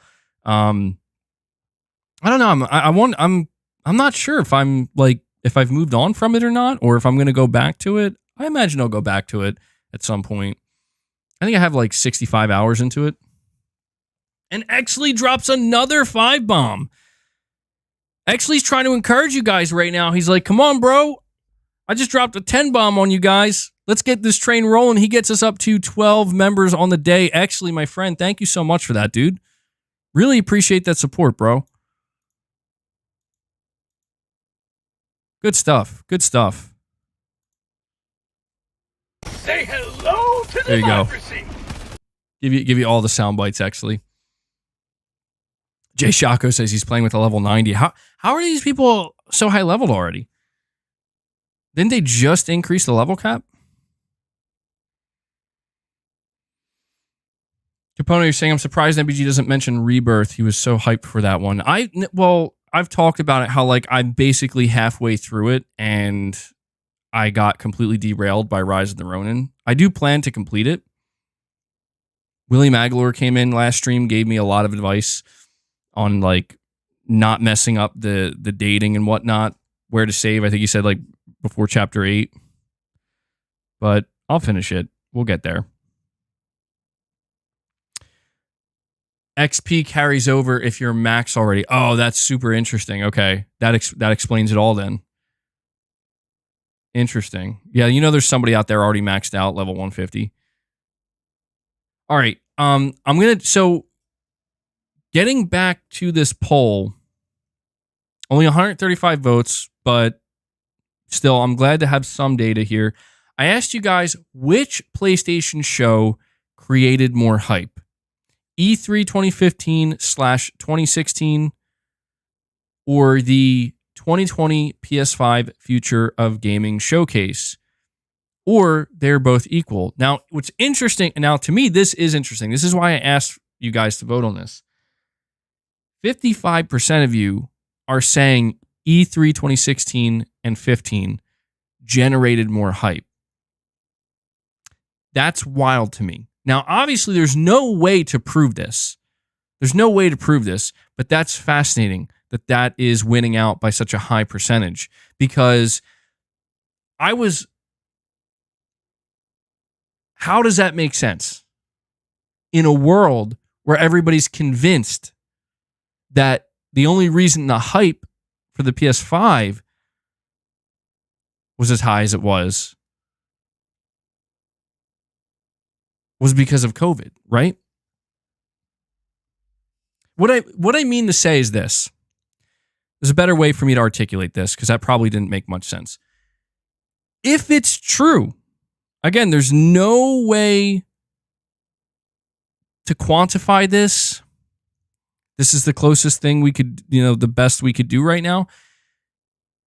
There's no way to quantify this, but if it is actually true that it turns out E3 2015 and E3 2016 from Sony generated a lot more excitement and hype than the PS5 2020 Future of Gaming Showcase, that's fucking nuts, because that proves Sony does not need lockdowns or COVID or any of that shit to generate the type of hype and excitement needed to drive their console sales and their console business. I really want to emphasize that. Like, I really, really, really want to emphasize that if it's true, those previous E3 shows drove more excitement than the PS5 Future of Gaming Showcase, which was in the middle of the lockdowns, then that goes to show we have not seen the upper limit. I firmly believe that, man. I firmly believe it. I'm telling you, I don't know that Sony can do it with the PS5. Maybe they can, though. Like, PS5 console sales are beginning to slow down.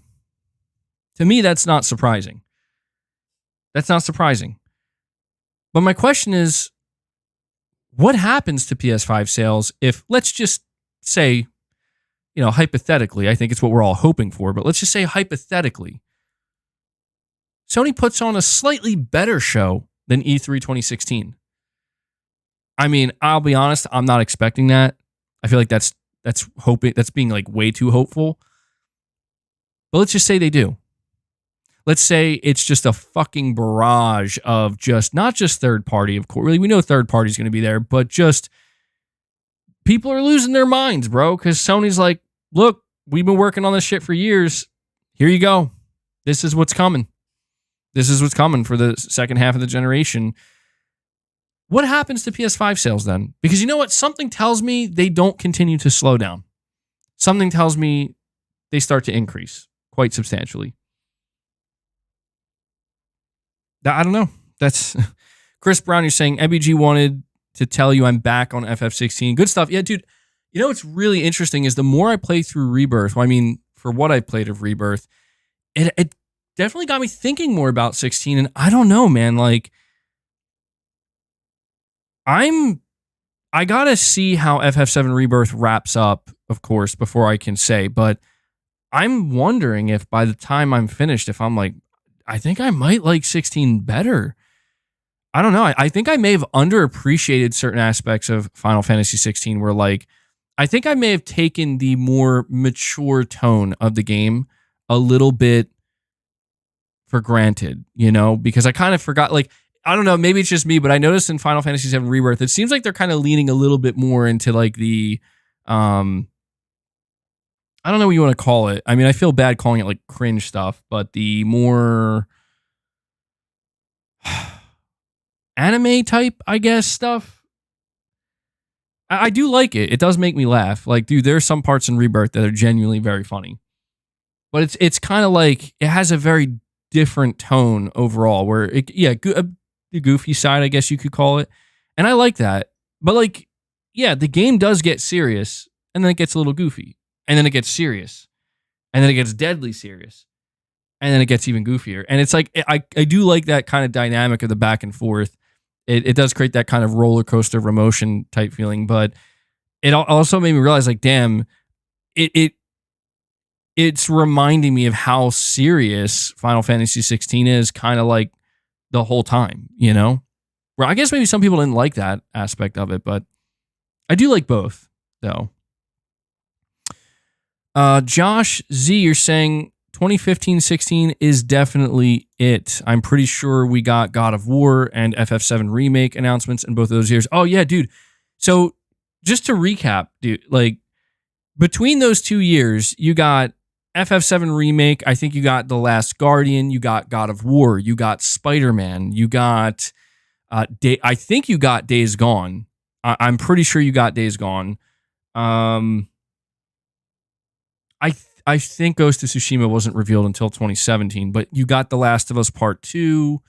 Although I think The Last of Us Part 2 reveal was saved for PSX.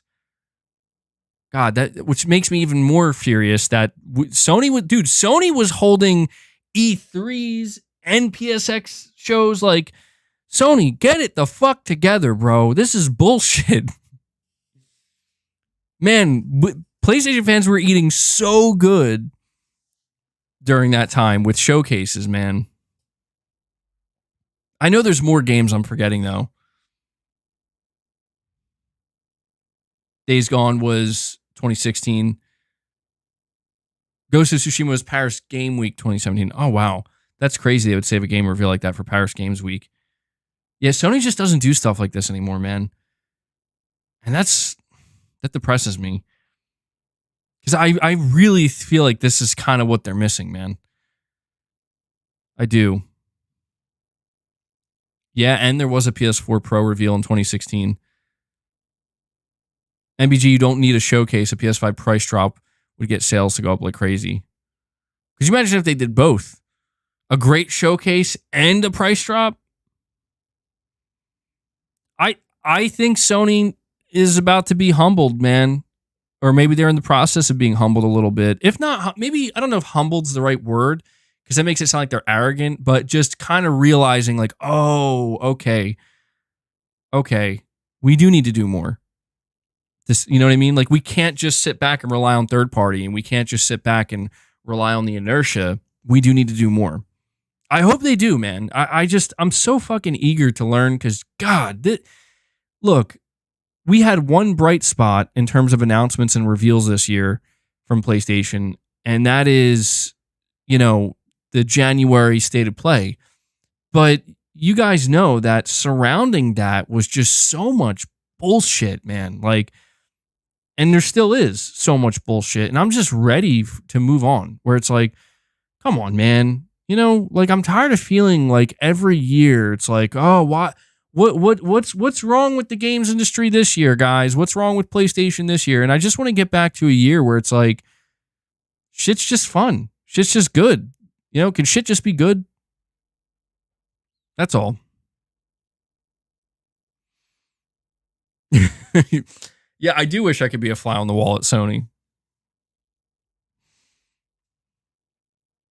It's like I find out they're watching my streams and they're like, yeah, you see that MBG guy? Do the opposite of what he's saying. Hen Revens, member for 7 months, you're saying the fact Rebirth seems to have done poorly sales-wise goes to show how incredibly cautious people are with their $70 because it's incredible. Yeah, I mean, I'm not counting FF7 Rebirth out just yet, simply for the fact that I do think this is one of those games that can have a very long tail and sell all throughout the generation. But yeah, I have been seeing that people are basically feeling kind of down that it's not doing as well. It's not doing as well as FF16, seemingly. It's not doing as well as the first game. And I do think it's more than just the $70 price point, to be honest. I do think it is the fact that if you don't have a PS5, it's technically $570. And again, this is during a time where, I mean, it does speak to what you're saying about like $70 being pricey. Like, yeah, a lot of people are really going to question, like, you know, a lot of people right now, they have to penny pinch, man. Like, they have to be smart with their money, and they have to really think about like the timing of purchases. And I wouldn't be surprised if the economy changes for the better, which I don't know. I don't follow this stuff, so I don't know if it's projected to improve like in 2025 or whatever. But if sometime over the course of this generation the economy does improve significantly, I imagine that a lot of these games, it'll breathe new life into a lot of these games, you know? At least I hope so. Because, yeah, I mean, FF7 Rebirth, it is a very good game for what I played so far, and it would be a shame if the game, I don't want to say if it flopped, but like if it just really underperformed. That would be actually a huge shame, because it's like, damn, dude.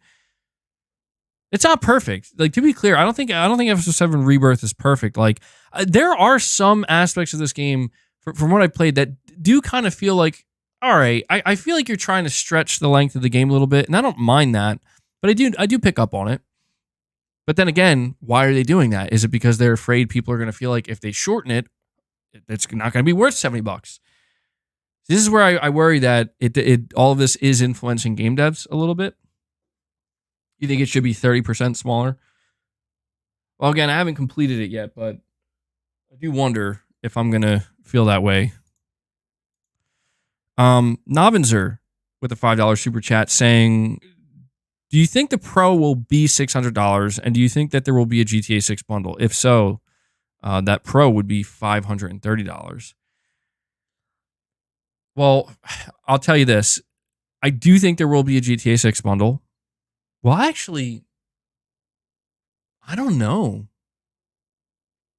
I think Sony will fight for a GTA 6 bundle, and I don't think it'll be difficult for them to get it, because I think both Sony and Take-Two Interactive will look at the success of the PS4 GTA 5 bundle.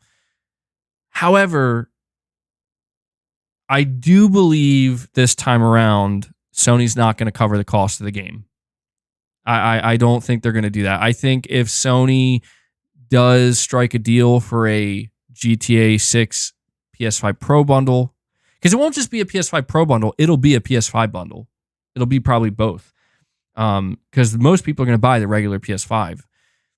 You're going to pay for the game too. Like, it'll probably be like $570. I think gone are the days of getting the free game. You know what I mean? Unless I don't know, unless Sony wants to pay for that, man. But considering they're looking to cut costs, or save, I should say, I don't think that they'd be willing to pay however much it would cost them. You know, I do think. I don't know. Actually, I don't know if Sony has the marketing rights to GTA 6.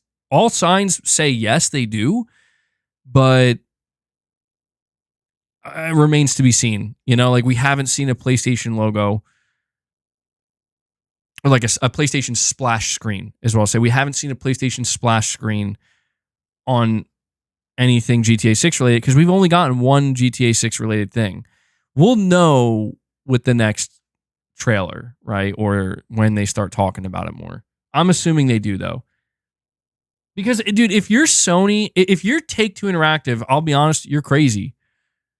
If you're Take-Two Interactive, you're crazy not to sign a marketing deal with Sony because that's where your game is going to sell the most, like by far and away.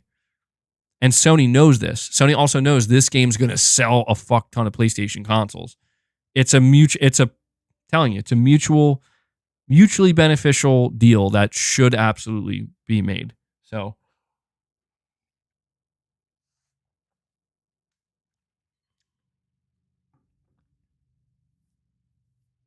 you think GTA? I mean, listen, these three things are going to occur in the next 12 to 16 months in the video game industry. Okay? PS5 Pro. Well, four things. PS5 Pro reveal, PlayStation showcase, next Nintendo console reveal and showcase, and GTA 6. These four things are all going to occur in the next 12 to 16 months. And I know that's a long time. Like, oh, dude, 16 months is a while. Or even 18 months, right? Year and a half. But the point is, like, think about those four things, and if they all live up to the expectation that people have, think about what all four of those things can do combined over the next 12, 16, 18 months for the games industry. Just those things alone. This is why I think people are being a bit too dire about the current situation with gaming, where I think are making it sound like gaming can't recover. And it's like, no, it definitely can, but we need to see these things. We need these companies to generate the excitement and give us the reasons why we should be excited. But yes, a game like GTA 6 alone, honestly, GTA 6 alone could save the industry, even if it's temporarily, and just completely turn it around. But I just think, it's not like GTA 6 is going to be operating solo. It's not like that's going to be the only thing happening. There's going to be a lot of other things happening. I just want to know. Here's what I want to know. Here's my question, okay? Is this the calm before the storm? Or is this just the beginning of a slow descent?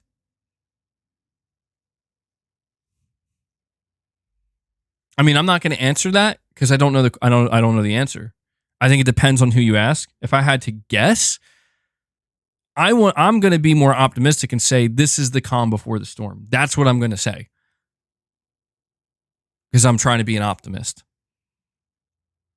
It's been good point, IP Gaming. It's been the calm for 2.5 years. But you know what they say? It's darkest. It's darkest before the dawn, bro.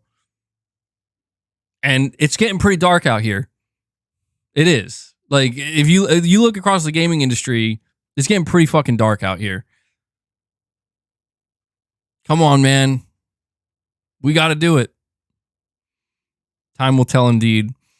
Josh Z with a super chat here says, thinking back on Final Fantasy 16, I think that the characters were a little bland for me. Even the side characters in Rebirth feel more interesting to me. Not that 16 is bad. I did find it hard to stay engaged. I think that's fair, Josh. I will say that it's interesting because I agree with that. I do think some of the characters in 16 were a little bit more on the blander side. But I will say I think that matched the world's tone a little bit better. I think Clive was a really good character. I like Jill. I like Sid as well. I think Sid was probably my favorite character. But yeah, there were a lot of other characters that's kind of like, all right, yeah, maybe they're a little bit more forgettable, but I do think that that's kind of like the difference in a way, right? Where all right, I think it's this.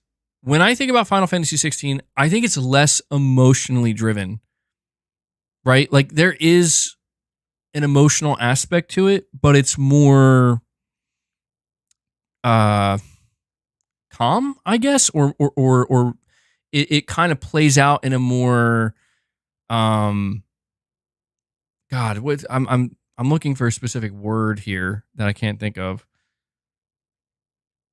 It plays out, I think, in a more balanced way, where the emotion just kind of it's mostly stable throughout, where like the highs are a little high and the lows are a little low, but most of the time it's kind of steady through. And I do think that's because of the more like not mature tone, but just this more kind of like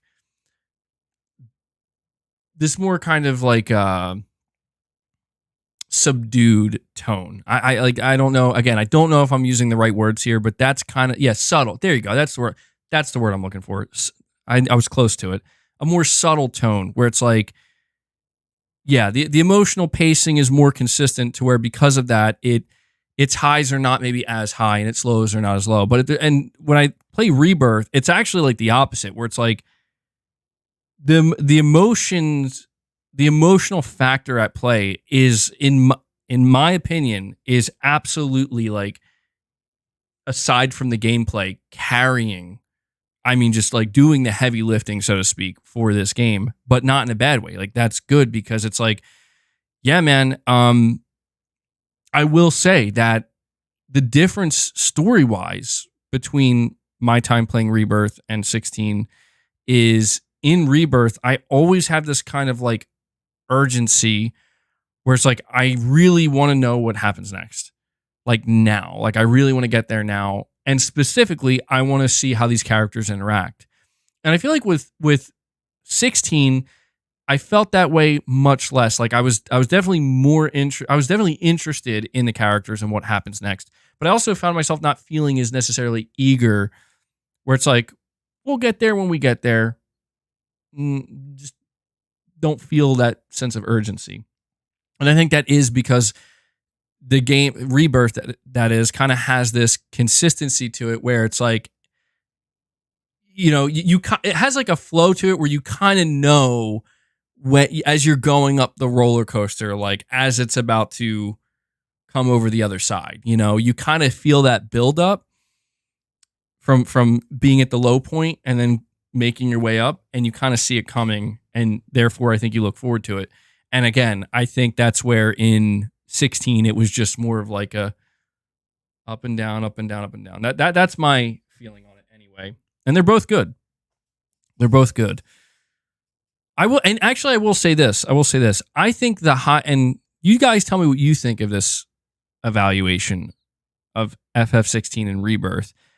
I think the highest notes of Rebirth come from the characterization here, and these like gut punch moments and these heavy hitting emotional moments that like drop on you like a ton of bricks, and it's just like emotional overload, right? Not to say that the gameplay isn't good or that the boss battles aren't good. They are, but to me, those are the highest moments that I would look forward to in a game like Rebirth. Whereas I think 16 is actually kind of the opposite, where you, of course, like again, you're looking forward to these interactions with the characters and seeing what happens next, but it was like those boss battles, like those big bombastic gameplay moments where it's like, dude, if this boss battle was like that, what the fuck is the next, boss battle going to be like? Like I remember when I played the Titan boss battle and I finished it, I was like, dude, how is anything in this game going forward going to top this? And of course, the next boss battle, I forget which one was after that, but I remember it gets so insane. Actually, dude, like thinking about it, some of the boss battles like taking place in space and shit, and I'm like, this is some of the wildest stuff I've ever played. That to me is kind of the biggest difference between these two games, where they're both very good at what they do, and that is they're both telling a story and they're both focused on heavily on gameplay, and they both do those two things very well.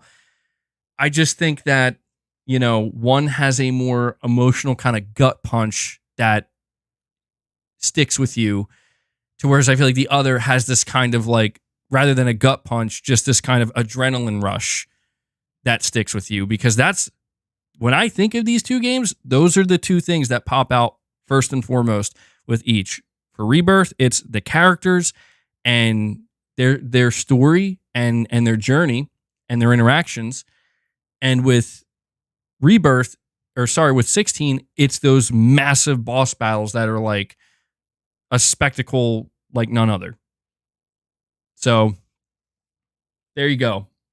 That's my comparison.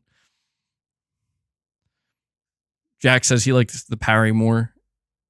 You like the parry mechanic better in 16? I would have to replay it to get a feel for it again, because I don't recall parrying very often.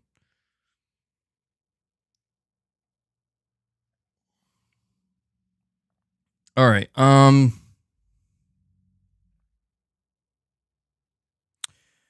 So Josh, I appreciate that super chat, man. We also have Mershad138. He says, it seems that they are also remaking Final Fantasy IX, but the leaker said that the scale is not the same as FF7 Remake level. What do you think about that? I mean, I don't really have many thoughts about it, because I am not at all familiar with Final Fantasy IX.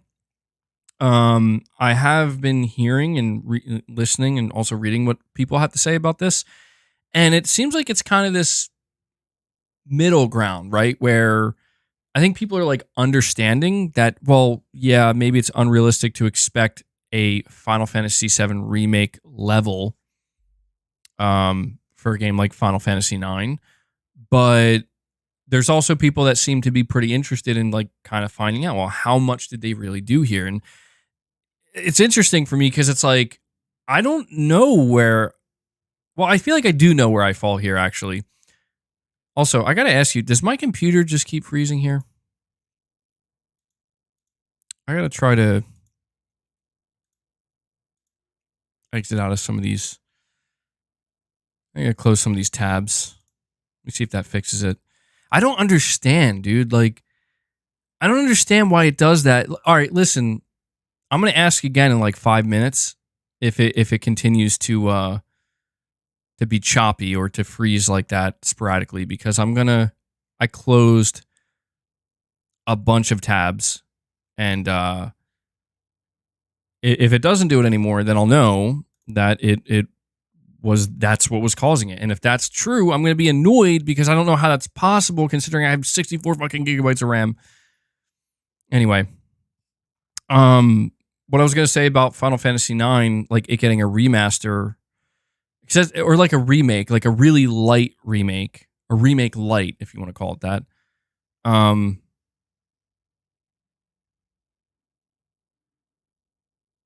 Uh-oh.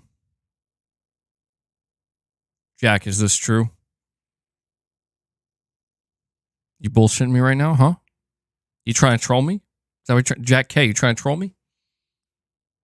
I'll talk about what you're saying in a second here. I can honestly say I don't have an interest. Sadly, I don't have an interest in playing older Final Fantasy games. You know? I'm on the remake train. I'm on FF16.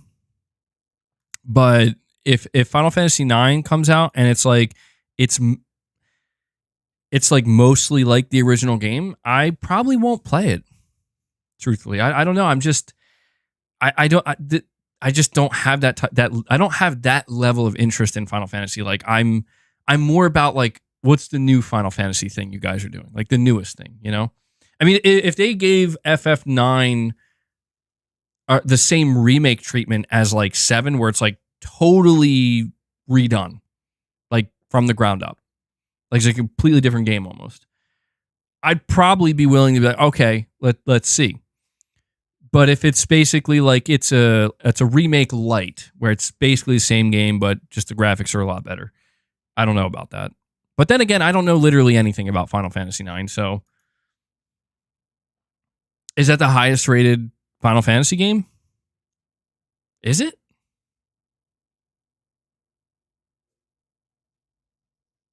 Interesting. So, Jack K said that apparently Jeff Grubb is claiming on his Giant Bomb cast, I don't know if it's happening right now or if he claimed this earlier today, that Sony's planning to hold a showcase next month.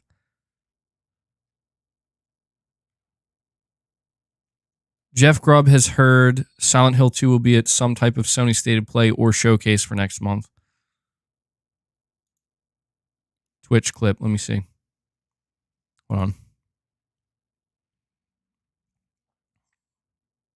It's interesting, just as we're talking about it. By the way, is the freezing still happening with the camera?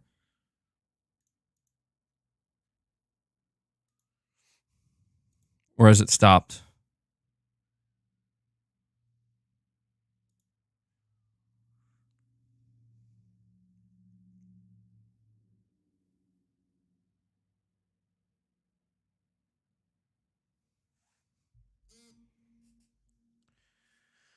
What about new IPs from Sony?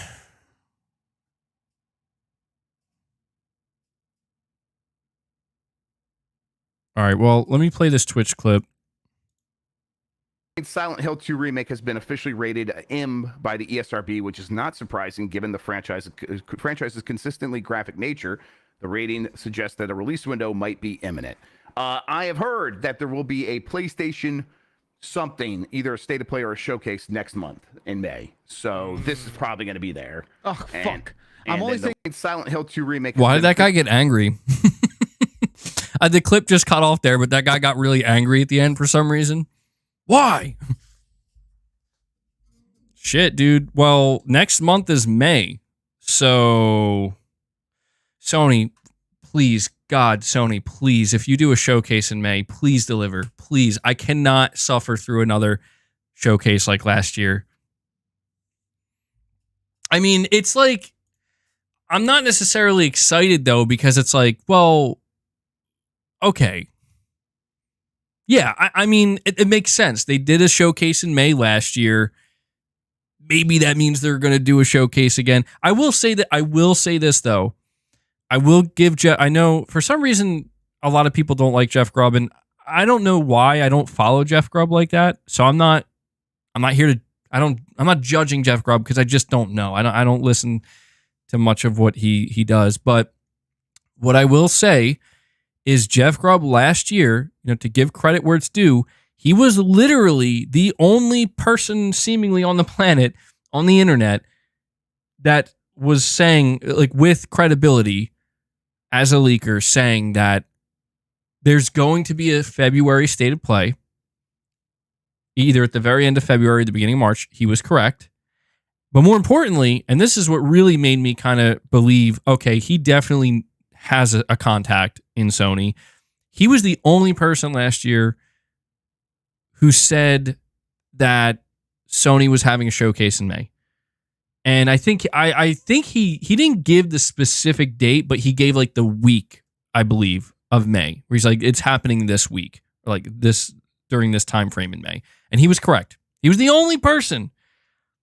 So, again, I'm not trying to give too much credit, but I'm just giving it where it's due, where I see a lot of people be like, Jeff Grubb is a fake and a liar. And it's like, well, no, actually, I can't speak to the other things he leaks, but when it comes to the PlayStation shows, he is literally the only person that was correct about anything last year regarding any PlayStation shows. And they were not just guesses.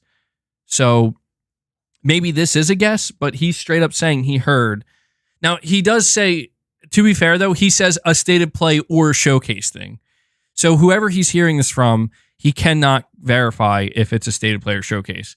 I will say, Sony, if you announce a state of play in May, I'm going to have a meltdown. I'm going to have a fucking meltdown. Because it's like, no.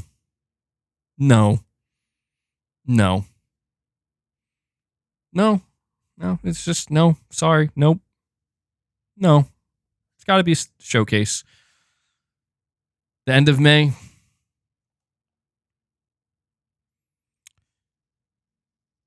I won't lie though. That like, I'm not trying to be a fucking downer here, and I'm sorry if I sound like a downer, but I don't want to see Silent Hill 2 at a showcase. You know, like I feel like this game should have come out like months ago. I really don't want Silent Hill 2 taking up space at a PlayStation showcase, especially if we're only getting one showcase. Like I'm not trying to be a downer, but come on, am I the only one who feels that way? I feel like, come on, wait, we should have had a release date for this game by now. You know, Ghost of Tsushima 2 will be there. Oh man, Ghost of Tsushima 2, I'm gonna lose my shit. Yes, Chrome Resolve. We literally just started talking about that.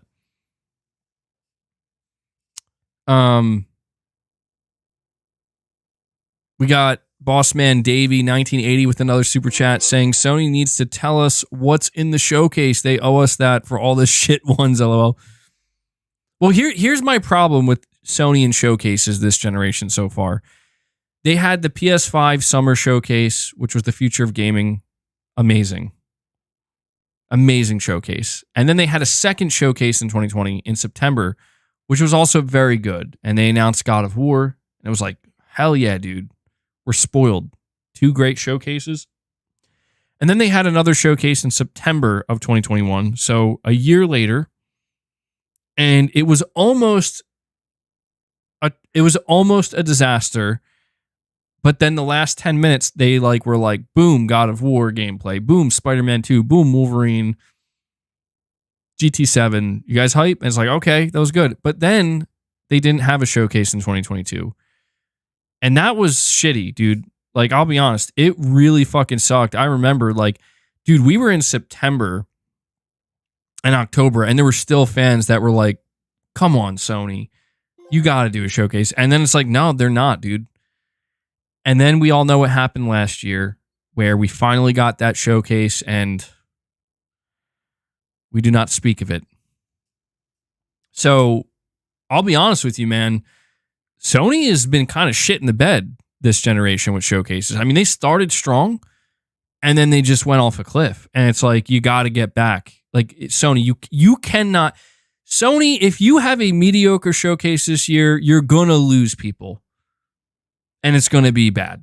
It's going to be... I'm telling you, if Sony drops the ball with their showcase this year, it's going to be bad. It's going to be way worse than last year.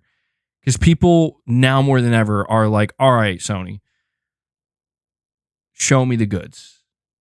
I don't think they have to do much. To be honest, I don't think Sony has to do that much to have a better showcase than they did last year. But it has to be better no matter what.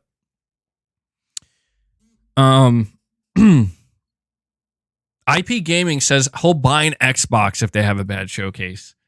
See, Sony, this is what's on the line. This is what's on the line.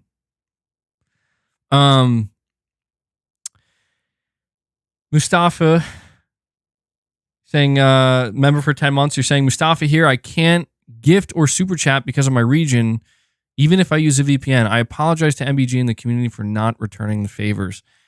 Well, you know, it's all right, man. You don't need to apologize. There's nothing you can do about that. The fact that you would like to, if you could, and the fact that you have tried to, that means a lot. You know, it's out of your hands, dude. And you know, again, I appreciate everybody who shows any kind of support for the channel and the content. I'm trying my best to keep this channel flowing, to keep it running, and I don't do sponsorships here.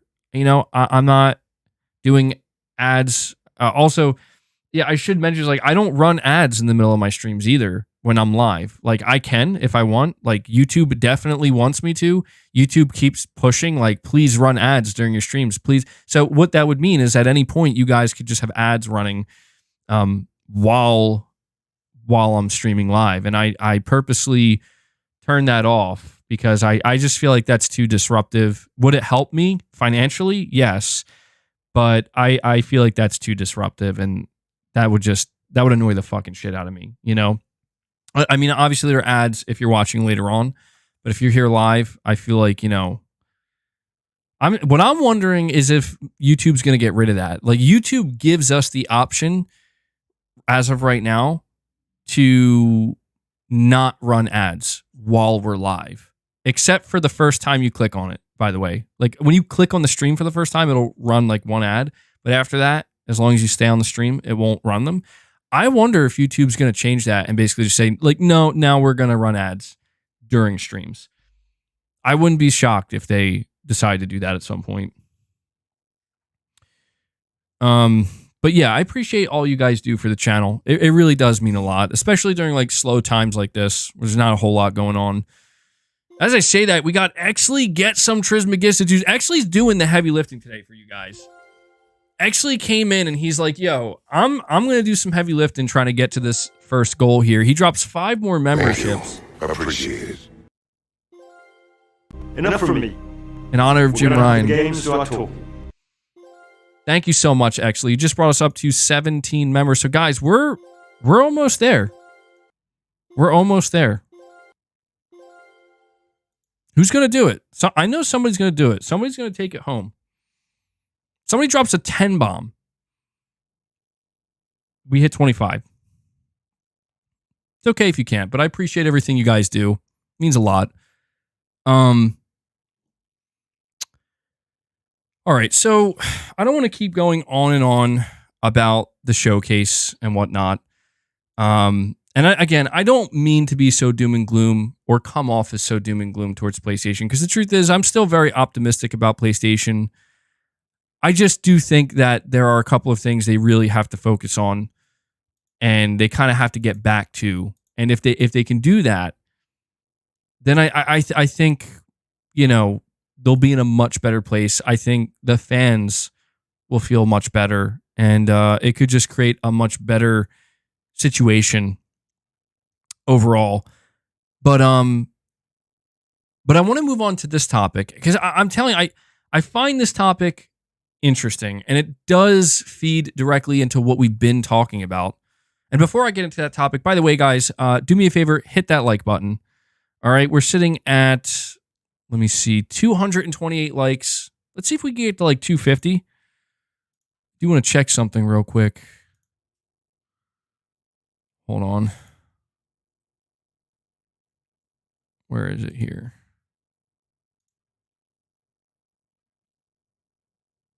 Yeah, guys, so hit that like button, because we are very close to having a 90% like percentage, which is very good. So if you want to help us get to that, hit that like button. But I want to go over this article here. Jim Ryan says the PS5 is well on track to be Sony's most successful console ever. I find it surprising how people really aren't talking about this. And what I find even more surprising is a lot of people seemingly think Jim Ryan is being disingenuous here. But it says here, Jim Ryan has said that the PlayStation 5 is on track to be Sony's most successful console across multiple vectors. This is what he revealed in an interview with the official PlayStation podcast to mark his retirement. Jim Ryan was asked about his thoughts on PlayStation's position in the games market going forward. I'd say right now we are at the top of our game. We've been really clear and really consistent about what we stand for. Great consoles, great console gaming experience, and great games. I would say that right now we're at the top of our game. PlayStation 5 is well on track to be our most successful console ever across multiple vectors, and I think the games and the gaming experiences you see on PlayStation 5, led by PlayStation Studios, are the best that we've ever seen. And so he didn't specifically talk about sales. So it says here, Ryan wasn't clear about what vectors he was referring to. Well, the PlayStation 5 would have to retain its sales strength for years to come in order to come close to being the company's best-selling machine. Stats like player retention and engagement could be projected to eclipse the same metrics on PlayStation 4. In the company's financial results for the 3 months ended December 31st, 2023, Sony's game division reported another record quarter in terms of revenue, with PS5 sales reaching $54.7 million, but did lower its overall forecast, which we talked about. It says here, Sony Interactive Entertainment has set an ambitious goal for $25 million. blah, blah, blah. The company said it now expects. Okay, hold on. I'm trying to find if it mentions anything about how it's pacing with the PS4.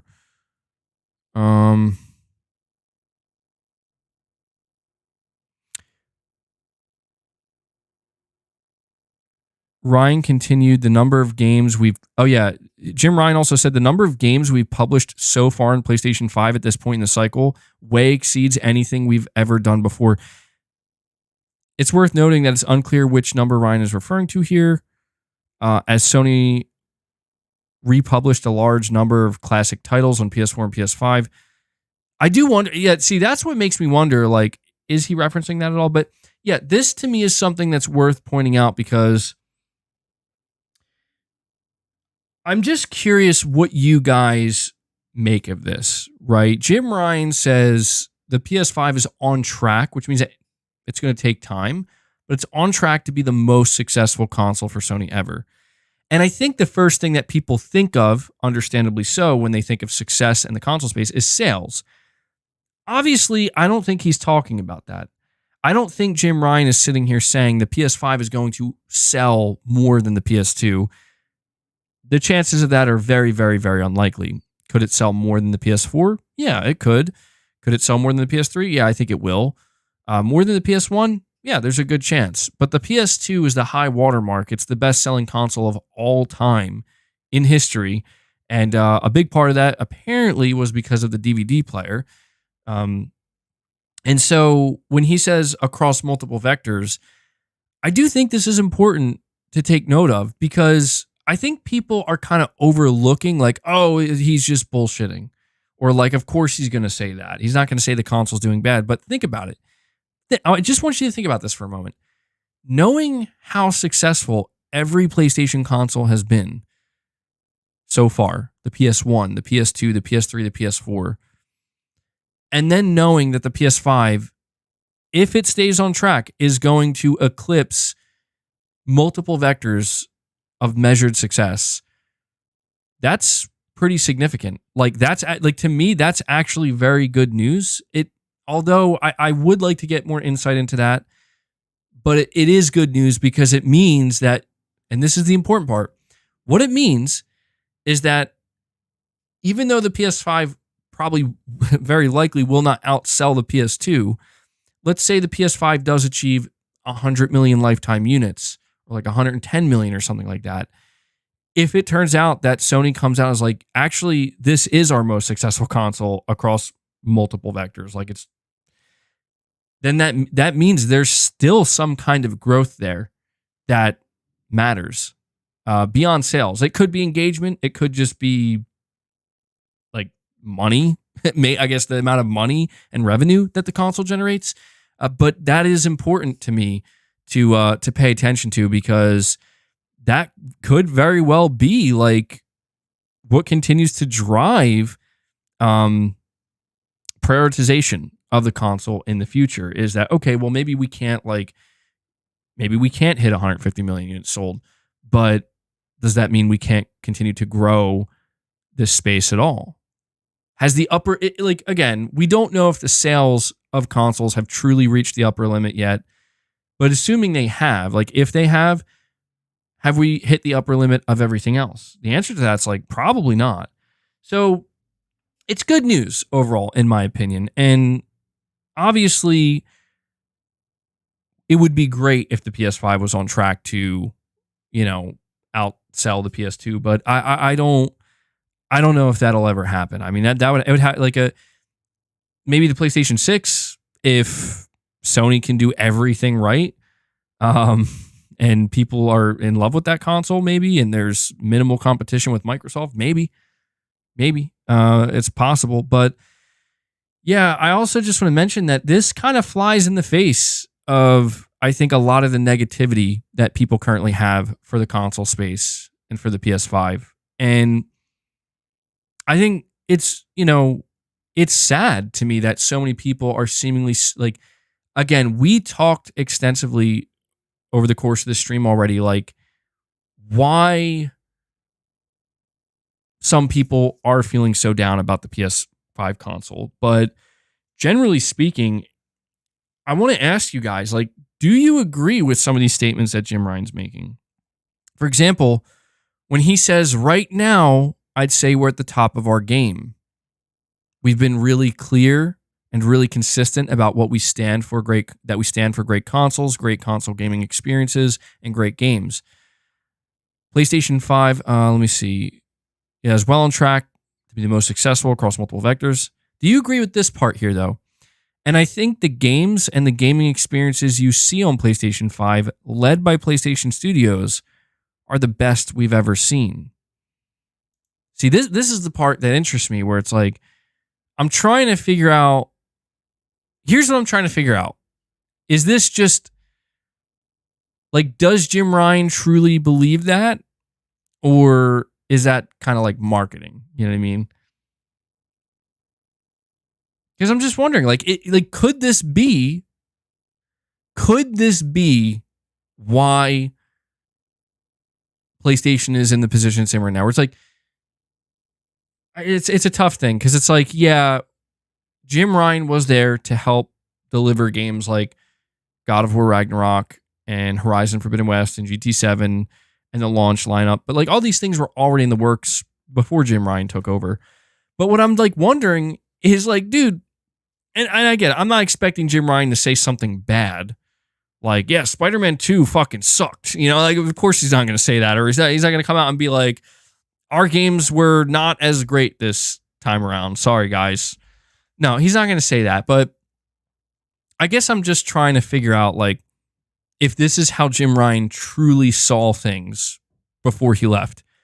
Because if he does, I can tell you, like, oh yeah, he is kind of out of touch. Truthfully, like, he's a little bit out of touch, because I assure you, like, look, there are some people who maybe do feel that way. And again, this is not me trying to shit on PlayStation. It's not. I'm just trying to be honest and real about it, in that I don't think many people are feeling that way right now about PlayStation, where it's like, if that's, again, did Jim Ryan walk away from last year's showcase saying, that was a fucking great show, we did a great job, you know? Pop open the champagne, everybody, because it's like,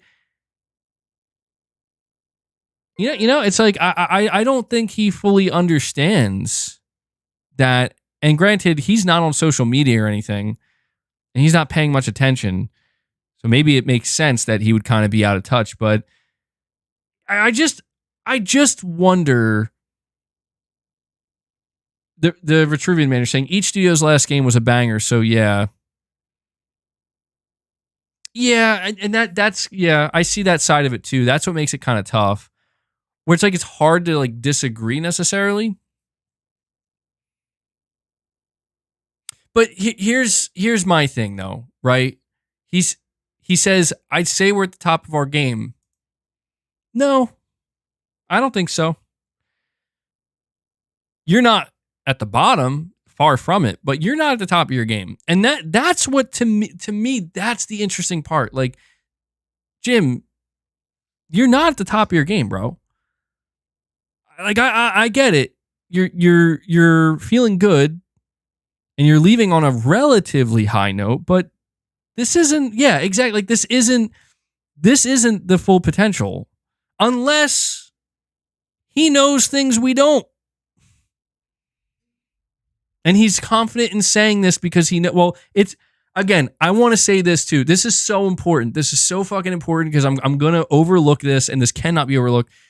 He is saying what he's saying, knowing full well how the second half of the PS5 is going to go down. Like, he knows for sure. He knows every game that's coming.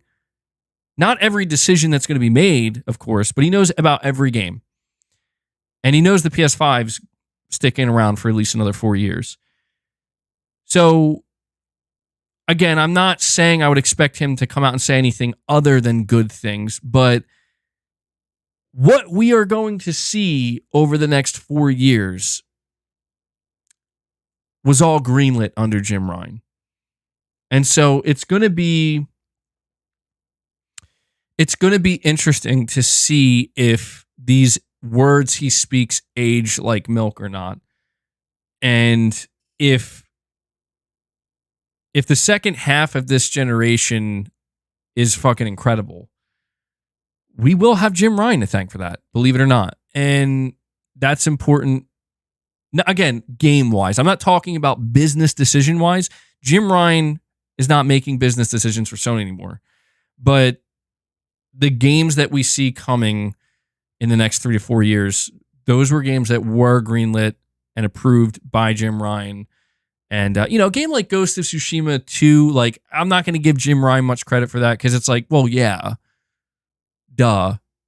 Like, who would say no to that? But, like, for example, when we see Sony Santa Monica's new game, a new IP, if it's something amazing, I'll know. Jim said yes to that.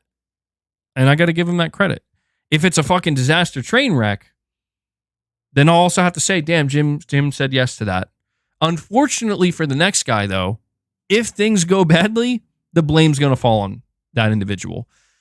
But if things go well, then that individual will also be able to take that. Because in the same way, like, dude, people, God of War Ragnarok. Dude, God of War Ragnarok, Horizon Forbidden West, these games were, these were games that were greenlit by Sean Layden before he left, obviously. And Jim Ryan just kind of took them on. So it's kind of interesting the way this works. But we got Gooch coming in here with a total of a $4 super chat saying VR demo stations at Best Buy, PSVR 2 demo stations at Best Buy would help. Yeah, that would be, I agree, that would help, man. Like, I'm surprised Sony hasn't done that yet. It's a little bit like, just make sure you have like sanitary wipes and stuff like that. But yeah, I agree. If they wanted to sell more PSVR 2 units, set up some kiosks.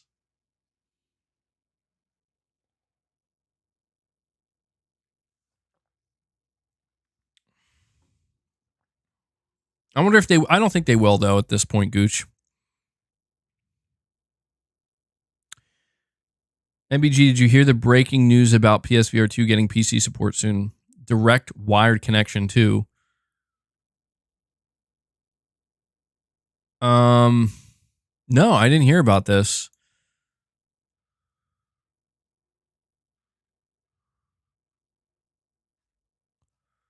Let me see. I mean, I knew that it was coming to PC, but I didn't know it was going to be like direct wired. I'm not seeing anything pop up.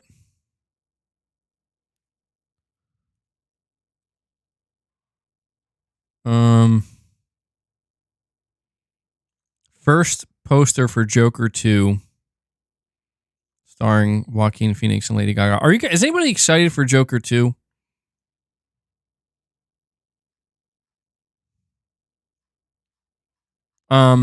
I liked Joker 1 a lot. And then when I found out that the sequel to Joker is going to be a musical with Lady Gaga, I'm like, I'm good. Like, I lost literally any ounce of interest I had in this Joker sequel. Maybe it will be good, but I don't know how you go from Joker 1 to the sequel being a musical where Lady Gaga plays Harley Quinn. It's like, you kidding me?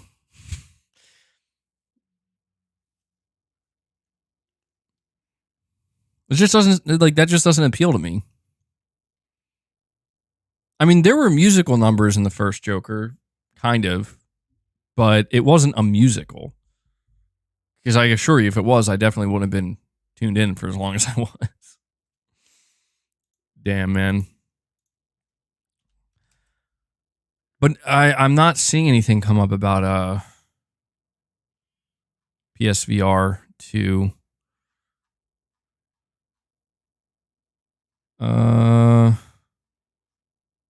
Oh, holy shit. Did you guys see this? So people are losing their shit with this new video that was uploaded to YouTube by the official Discord account called Discord Loot Boxes Are Here. And it was for April Fools. Do you know how many views this video is sitting at right now? It's 18 seconds long. It's sitting at 1.4 billion views in less than 24 hours. And apparently it's because something happened with the code where it's basically running on loop on the back end, and it has broken every single record ever on YouTube. And people are like realizing that this is a mistake. This person says the Discord employee that accidentally made the largest view bot ever, and they're definitely getting skinned alive tonight. Oh my God. It's so bad, dude. It's so bad. 1.4 billion views. This is disastrous.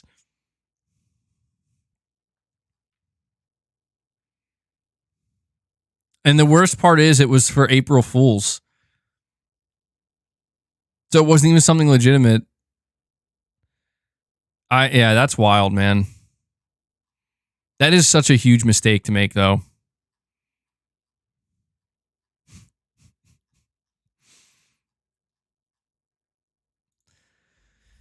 Oh, they don't. Yeah, they did done fuck up.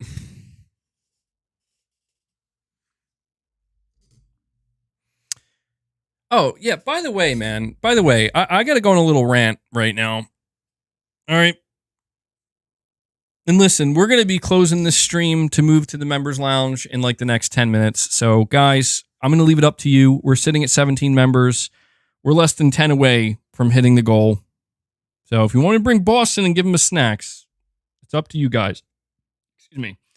But we are going to be moving over to the members lounge in a couple minutes. But I have a little rant that I have to have right now.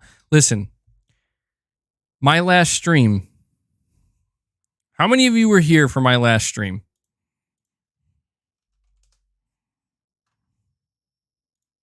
Let me bring it up real quick.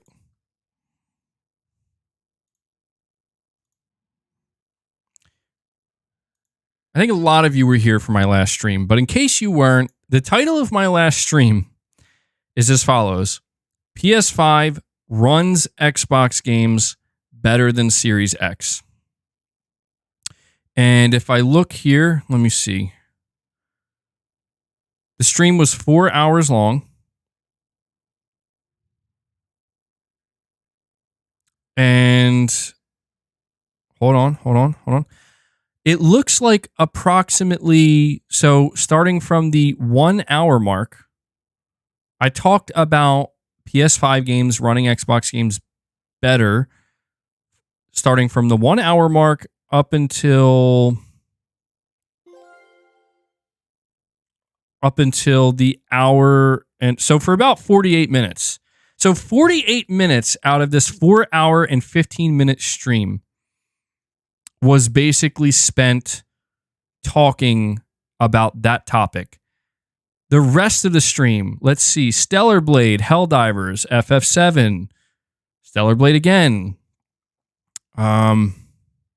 little bit of Xbox third party, physical games, Jim Ryan leaving, Stellar Blade and Final Fantasy again, Jim Ryan leaving again, Spider-Man 2, PS5 Pro, and then workout at the end. So this stream, okay, just to be clear, this stream, 4 hours and 15 minutes, 48 minutes. What percentage would that be? That would be like what? Like 1/5 of it? About 1/5 of that stream. And we have Jake Skew 28.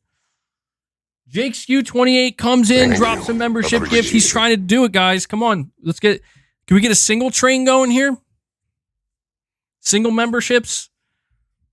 We get enough single memberships. Get to that goal. Guys, please, I'm desperate to get to the goal. But no, seriously, like, I was quite disturbed after I finished this stream to see how many people or Xbots or Xbox fans were just genuinely pissed off or upset that I was talking about this. And they were trying so hard to paint me as some kind of radical fucking insane fanboy. And it's just so, like, to me, that's what's pathetic, where it's like, this is literally a relevant topic to people playing on PS5. And they are just so fucking upset. Like, look at some of these comments, dude. Oh, and by the way, again, any stream where I talk about Xbox, 1 or 2 or 3, I don't know how many, it could just be one person, somebody or some people are getting bot accounts to upvote their comments, because I look at these comments, any comment, and I'm like a hawk on them. I'm just watching. I'm just watching as it's happening. There's like 2 or 3 comments, and I think some of the people making these comments might actually be real, but there's something going on where within like 30 to 45 minutes of the stream ending, it has like 25 upvotes or 30 upvotes. And every other comment that's not basically saying something about me being a fanboy or whatever, it has like 2 or 3 or 4 upvotes. And it's very clear that like one of two things is happening. They're either bot accounts, like literal bot accounts, or there is a group of Xbox fans that tune in to my streams anytime I talk about Xbox that are just ready, dude, where they're like upvote. And it's just so obvious. Like, you guys are very salty, man. Like, listen to some of these comments. This person says, Gamer07 says, using shadows and a PlayStation exclusive to prove Xbox games run better on PS5 is crazy work. And it's like, and he puts a laughing emoji. And again, like, you could just see, like, dude, there's nothing crazy about this, man. And yes, that's true, Capono. YouTube usually does remove them. There's literally nothing crazy about that. In fact, that's only crazy if you are hurt by that. And you need to believe that anybody talking about it or pointing it out is just some radical. When in reality, it's like, no, dude, this is... Here's my question is, if it was the other way around, if it was Helldivers 2 launching on Xbox and running better on Xbox, even if it was just the shadows, even though it's more than that, but if it was just that, what do you think people are going to be saying? Like, anybody who covers Xbox, they're not going to talk about that? They're just going to gloss right over that and pretend it doesn't exist? It makes zero fucking sense. So I replied to this guy and I said, laugh all you want, man, but it won't change the fact that Xbox first-party developed games are running better on the PS5 than on Microsoft's own console. But the fact that the fans laugh is likely why Phil and the team don't care to stop it. And that's exactly it right there, dude. That's exactly it right there. These fans, these so-called fans, or these people, I'm assuming they play on Xbox. Maybe they play on everything, but either way, rather than call Microsoft out for this and say, Microsoft, what the fuck, dude? They prefer to call me out. Like, you wonder why this shit happens to you. Like, you wonder why your own games, their own games, are running better on the PS5. Even if it's slightly. You're saying, bro, why'd you reply? Because it's just like, dude, I'm sick of seeing this shit. I'm glad I did, because people acknowledge, like, these comments are a joke, bro. But check this out. I see New Soul 9 left a comment. He says, I'm lost, MBG. How are they in third place exactly? What they make now revenue-wise says otherwise, which at the end of the day is the thing you need to focus on the staying business. Well, I'm cool with New Soul 9. I know he's not a troll. I'm cool with New Soul 9. We don't agree with that, on everything. But for me, it was talking about the article that claimed Microsoft's in third place. And Bill said that himself. Obviously, we're talking about the console space, But this one person says, I don't take Digital Foundry as a reliable source because they've been wrong most of the time. If the PS5 Pro will run every game for at least 60, then it's worth it. If not, I don't spend the money on that. I guess that was in regards to what Digital Foundry said about the PS5 Pro. Which I guess makes sense, yeah. This one person says, shadows are slightly better on the PlayStation version of Hi-Fi Rush. In quotes, PS5 runs Xbox games better than the Series X. That's just as sad of a topic as an Xbox channel saying that Dragon's Dogma 2 has 2 to 3 FPS on Series X than PS5. There's a reason why you guys need Digital Foundry, because you can't see any of the differences during gameplay. MBG, just don't pretend anymore that you're not a console war channel. We've seen multiple times before from you. Like, dude, okay, you could call it console warring. Yes, it's not a secret. I don't like the Xbox console. Who the fuck tunes into my channel thinking, I can't wait to hear the great things MBG has to say about the Xbox console?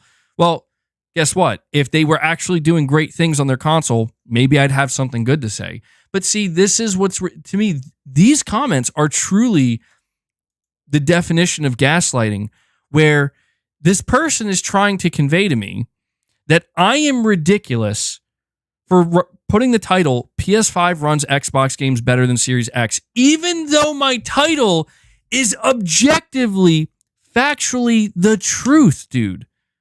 Like, how are you going to gaslight me like that?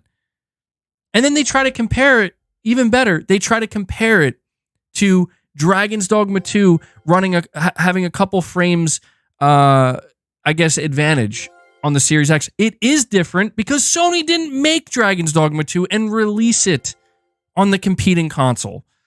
Holy shit, are these people serious? Anyway, we have Aries09 coming in, keeping the membership train alive and going, dropping 5 memberships on you guys.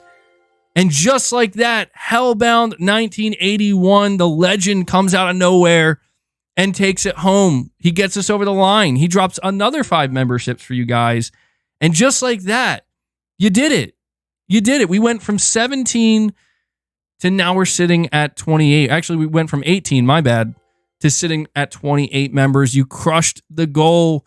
You did it. I knew you guys would do it. I believed in you. So Aries09, Hellbound 1981, thank you guys so much. Crushed it. So it's very fitting that Hellbound got that last 5 in too, because that means we're going to be able to bring Boss in and give him some of his snacks.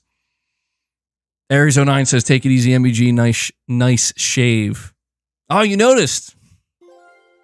And actually get some Trismegistus is keeping it going. The 11th hour here, guys, actually drops another 5. Actually, seriously doing some heavy lifting for you guys today, even after we hit the goal. Actually, you just brought us up to 33 members on the day. Thank you guys so much for all of your support. It means a lot. Actually, I got to be honest, I didn't think we were going to hit the goal. I didn't think we were going to do it. And just like that, you guys came out of nowhere and you did it. You killed it. So, going to make sure I give Boss some of his snacks. I'm just updating this so you can see where we're sitting at now. Had to change out my keyboard because my other keyboard was giving me problems for some reason. I might have to change the batteries in it or something. There you go. We're sitting at 33 members. Thank you guys so much for all of your support and funding the channel and keeping this membership community alive and thriving, man. We will be doing a members lounge after this, by the way. Capono says, never doubt your chat. Yeah, you would think I would learn by now. Actually says, you're welcome, bud. Well, thank you for that, man. I will just close out my rant here, and then we'll bring Boss in and we'll give him some of his snacks.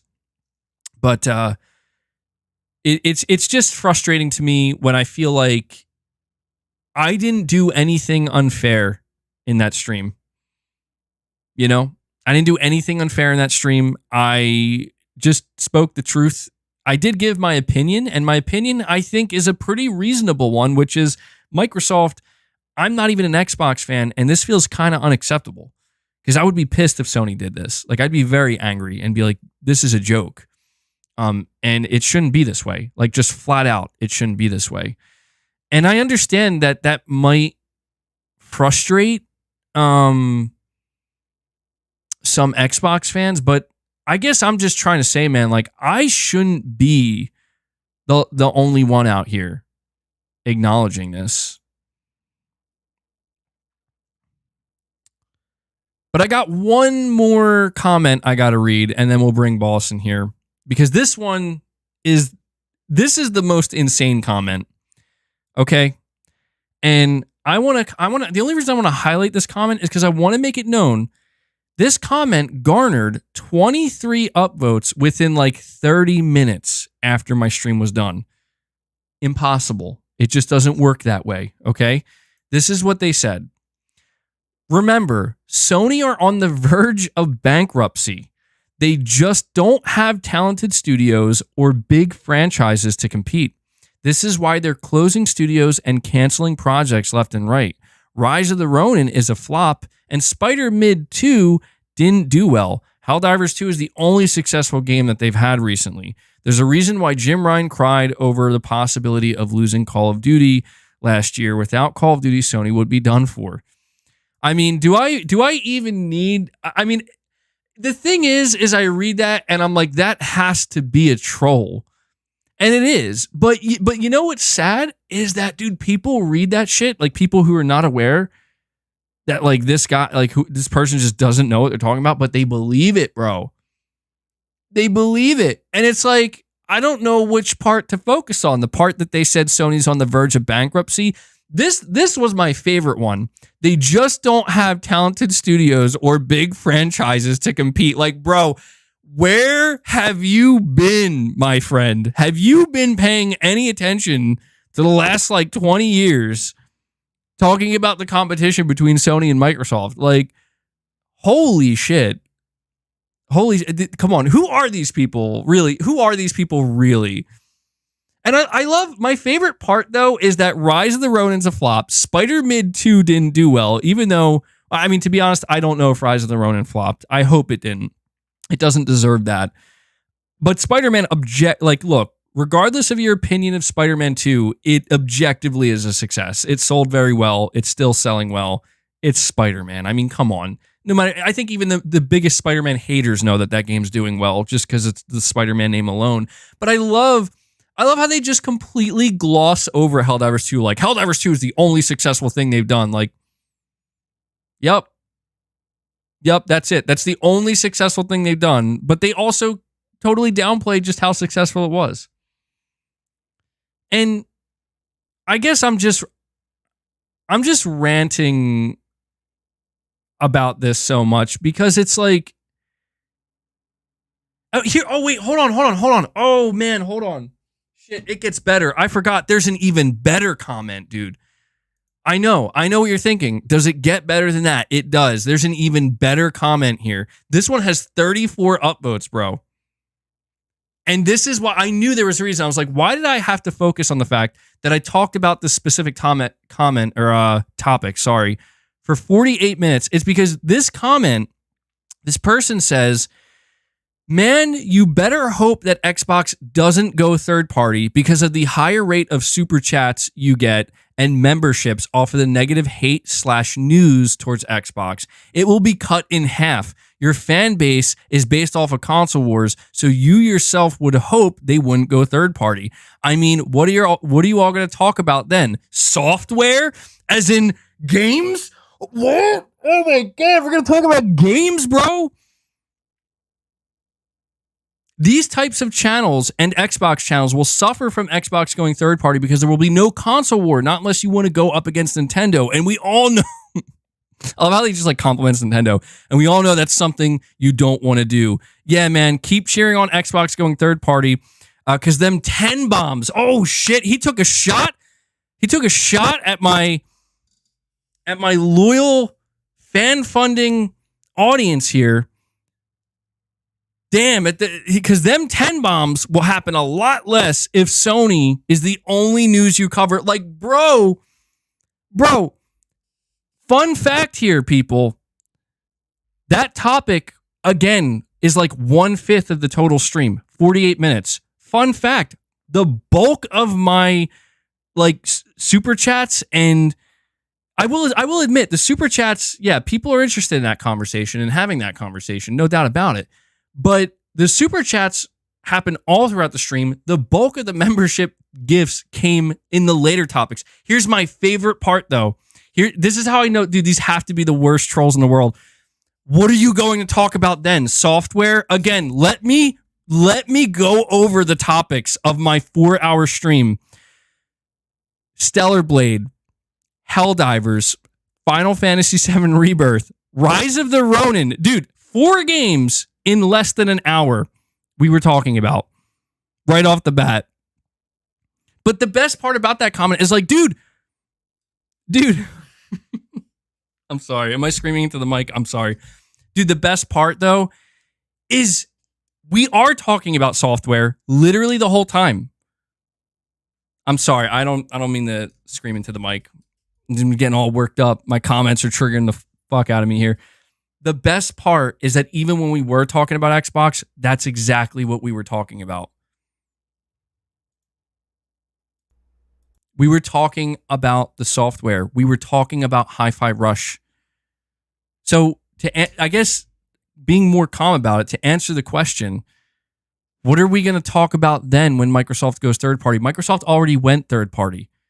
And this is what we're talking about. We're talking about their games running better on our preferred console that's supposed to be a competing console. In all seriousness, like these comments are salty, dude. And look, I'm not saying that I don't expect anybody to get upset, but these people that are getting triggered by me need to realize that I didn't do this. Like, I am just the messenger. If you notice, here's the thing. Notice how none of them actually argued against any of the points that I made during that 48-minute segment. Notice how none of them argued it. They didn't. They had to either say Sony's the problem or my channel audience is the problem for some reason, and they were just triggered. And it's like, I just expect better from people. I know I shouldn't, but it's like, if you're willing to tune into my stream, well, I appreciate that. Like, I know, again, I get people. I know that when I talk about Xbox, I'm going to get some Xbox fans in, and I don't mind that. But please, like, that's why I didn't really have a problem with what New Soul 9 said. He was the only one that had a comment that it's like, okay, yeah, you're right. Like, Microsoft, I don't think, is third place anymore in terms of revenue. And that is what's going to matter to them at the end of the day. That is correct. And to that, there is no argument because it's like, yeah, this is business. In fact, the only argument I could even come up with to make there is that, well, we are talking about the console market. So if we like, in order to have a conversation about competition in the console market, we need to frame it in what that looks like in the console market. But if this idea, if it's like, well, it's like I said so many times to people, like, is it a problem if Microsoft goes third party? It's a problem in the console space, yes, where it erodes the competition that could be present. Is it a problem for Microsoft? Depends. If they're making more money than ever and their profit margins are higher than ever, then no. But if it comes at the cost of their storefront and their ecosystem and interest in that ecosystem, then maybe yes. So it's a bit more nuanced, but this is just the type of stuff that people try so hard to discredit me, to make, they try to paint me as something that I'm not. And if I ever do choose to be that, I embrace it, where it's like, look,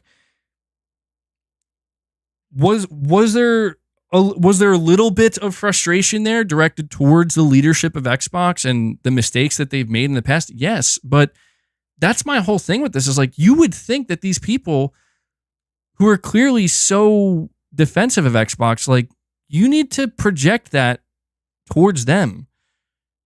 Like, don't get mad at me because Digital Foundry discovered that Hi-Fi Rush runs better on the PS5, and I'm basically telling you that's unacceptable. I'm a PlayStation player telling you, an Xbox player, that is unacceptable. And frankly, a slap to the face. Tell them, go tell Phil that. Go at Sarah Bond and Phil Spencer on Twitter, because they're on there, and let them know this is bullshit. This isn't why I bought your fucking console. Don't leave these dumbass comments on my stream. I mean, don't get me wrong. It makes for great entertainment, clearly. But geez, man, it's like there's nothing radical or crazy or any of this shit. There's nothing crazy about it. Like what people should be saying is, you know what is crazy? That this is a real thing. It's a real, you know what's crazy? The fact that your title isn't clickbait or bullshit. It's actually 100% true. That's what's crazy. End rant. End rant. Sorry about that.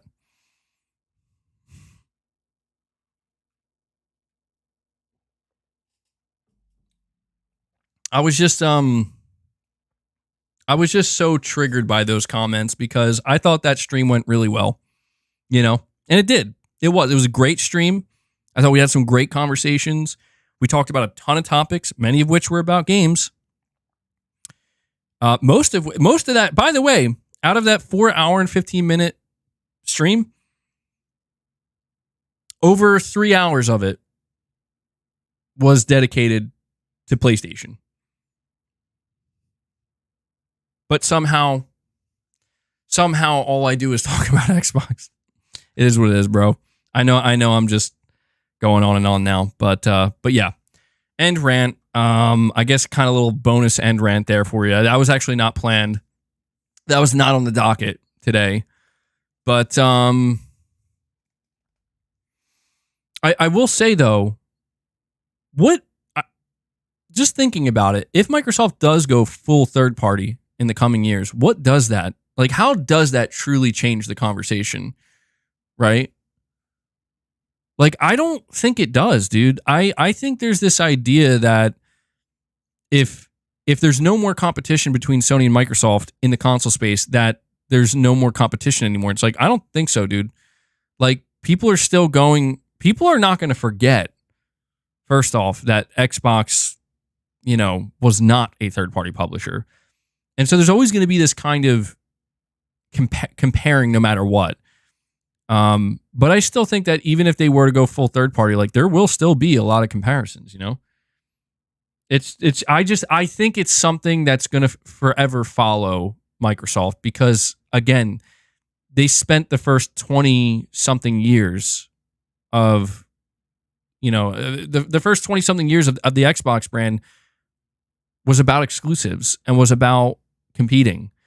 You don't just walk away from that and still sell a console and not expect people to still make comparisons, you know? I will say, if Microsoft truly does walk away from the console, like if Microsoft came out in like 2026 or 7 and we're like, we're not doing another console.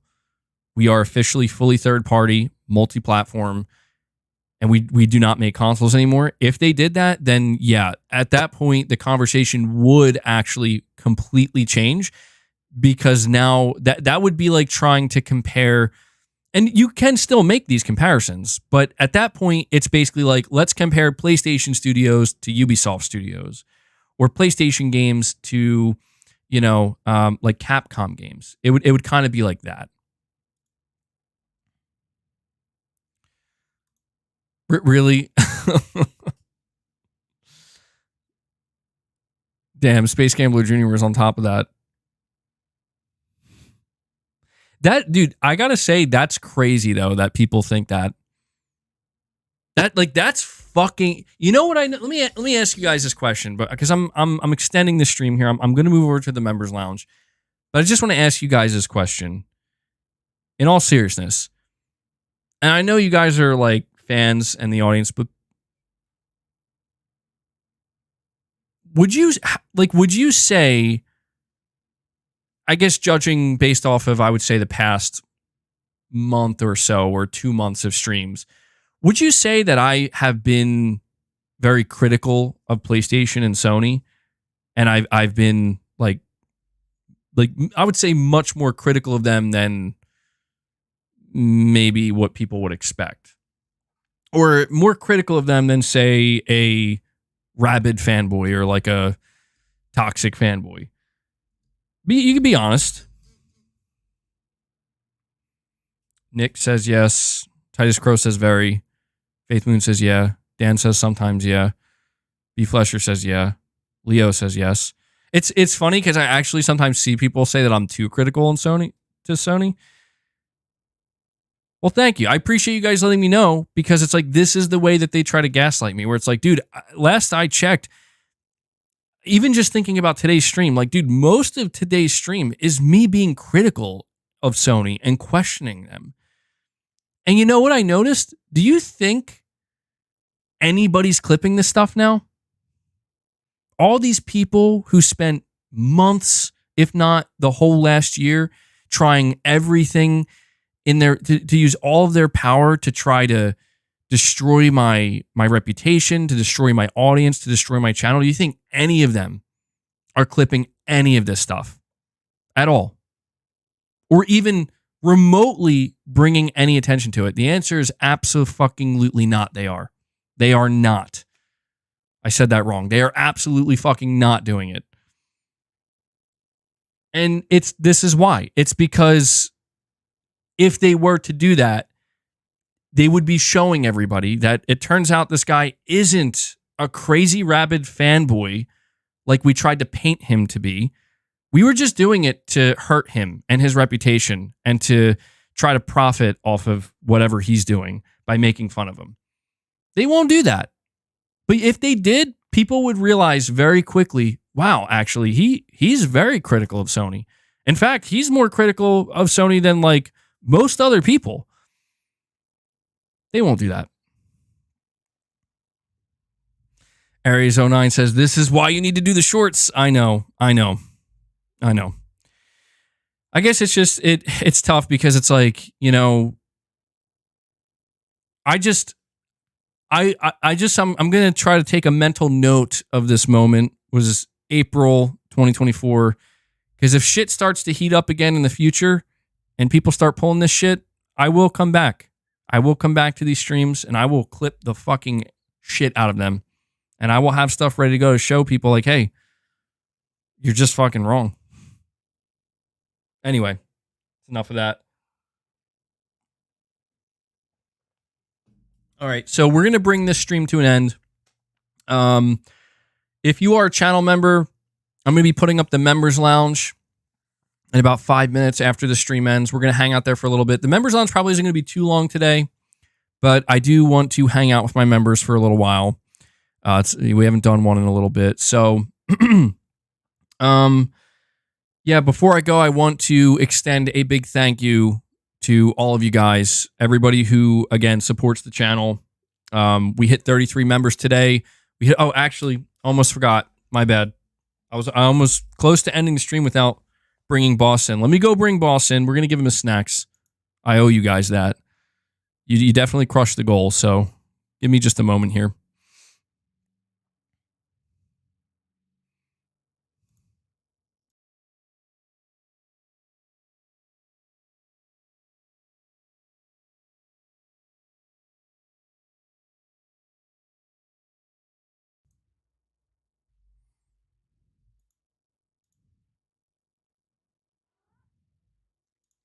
Okay, Boss is here. Come on. He's been waiting very patiently. He's been good. He earned his snacks. What about the lift? We do the lift at 50 members. All right, we do reps at 50 members. Also, my arms are killing me today.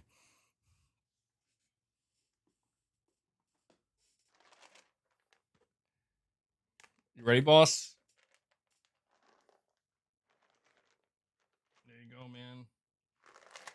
That's 33 members worth of snacks for you, Boss.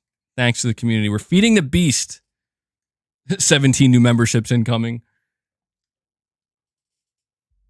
Now, I did a really intense arm workout yesterday, and my biceps and triceps are killing me. So, don't get me wrong. If we were to hit 50 members, I'd still do the reps, but I would definitely feel them. I think Boss is getting used to this routine, though, you know? Wait, did MBG just make that rule up? No, I feel like we've been doing that.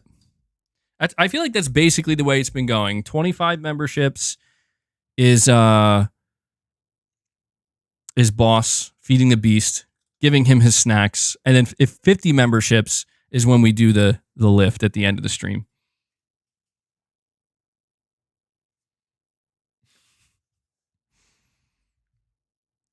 So yeah, everybody who dropped memberships today, thank you guys, and also a shout out to any of my members who are paying month over month. I really appreciate that.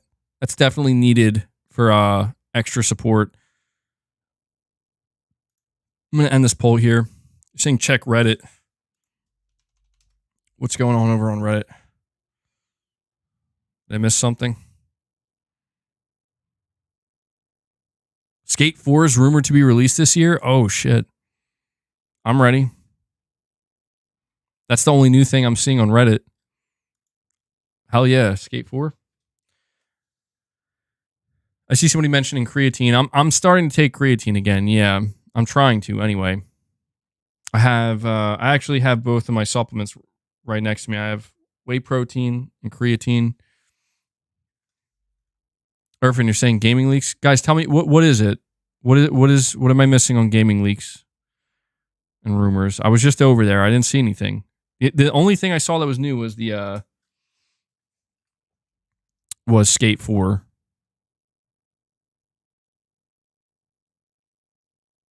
It's going to have a closed beta. Irfan, you're saying PlayStation Showcase. Are you talking about the Jeff Grubb rumor? If that's what you're talking about, I did cover that actually. Jeff Grubb has heard Silent Hill 2 will be at some type of Sony State of Play showcase next month. I even played the clip.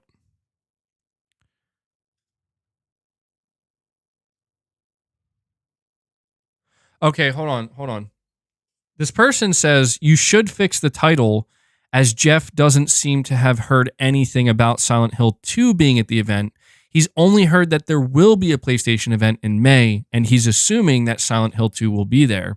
Quote, I have heard that there will be a PlayStation something, either a State of Play or showcase in May, so this Silent Hill 2 is probably going to be there.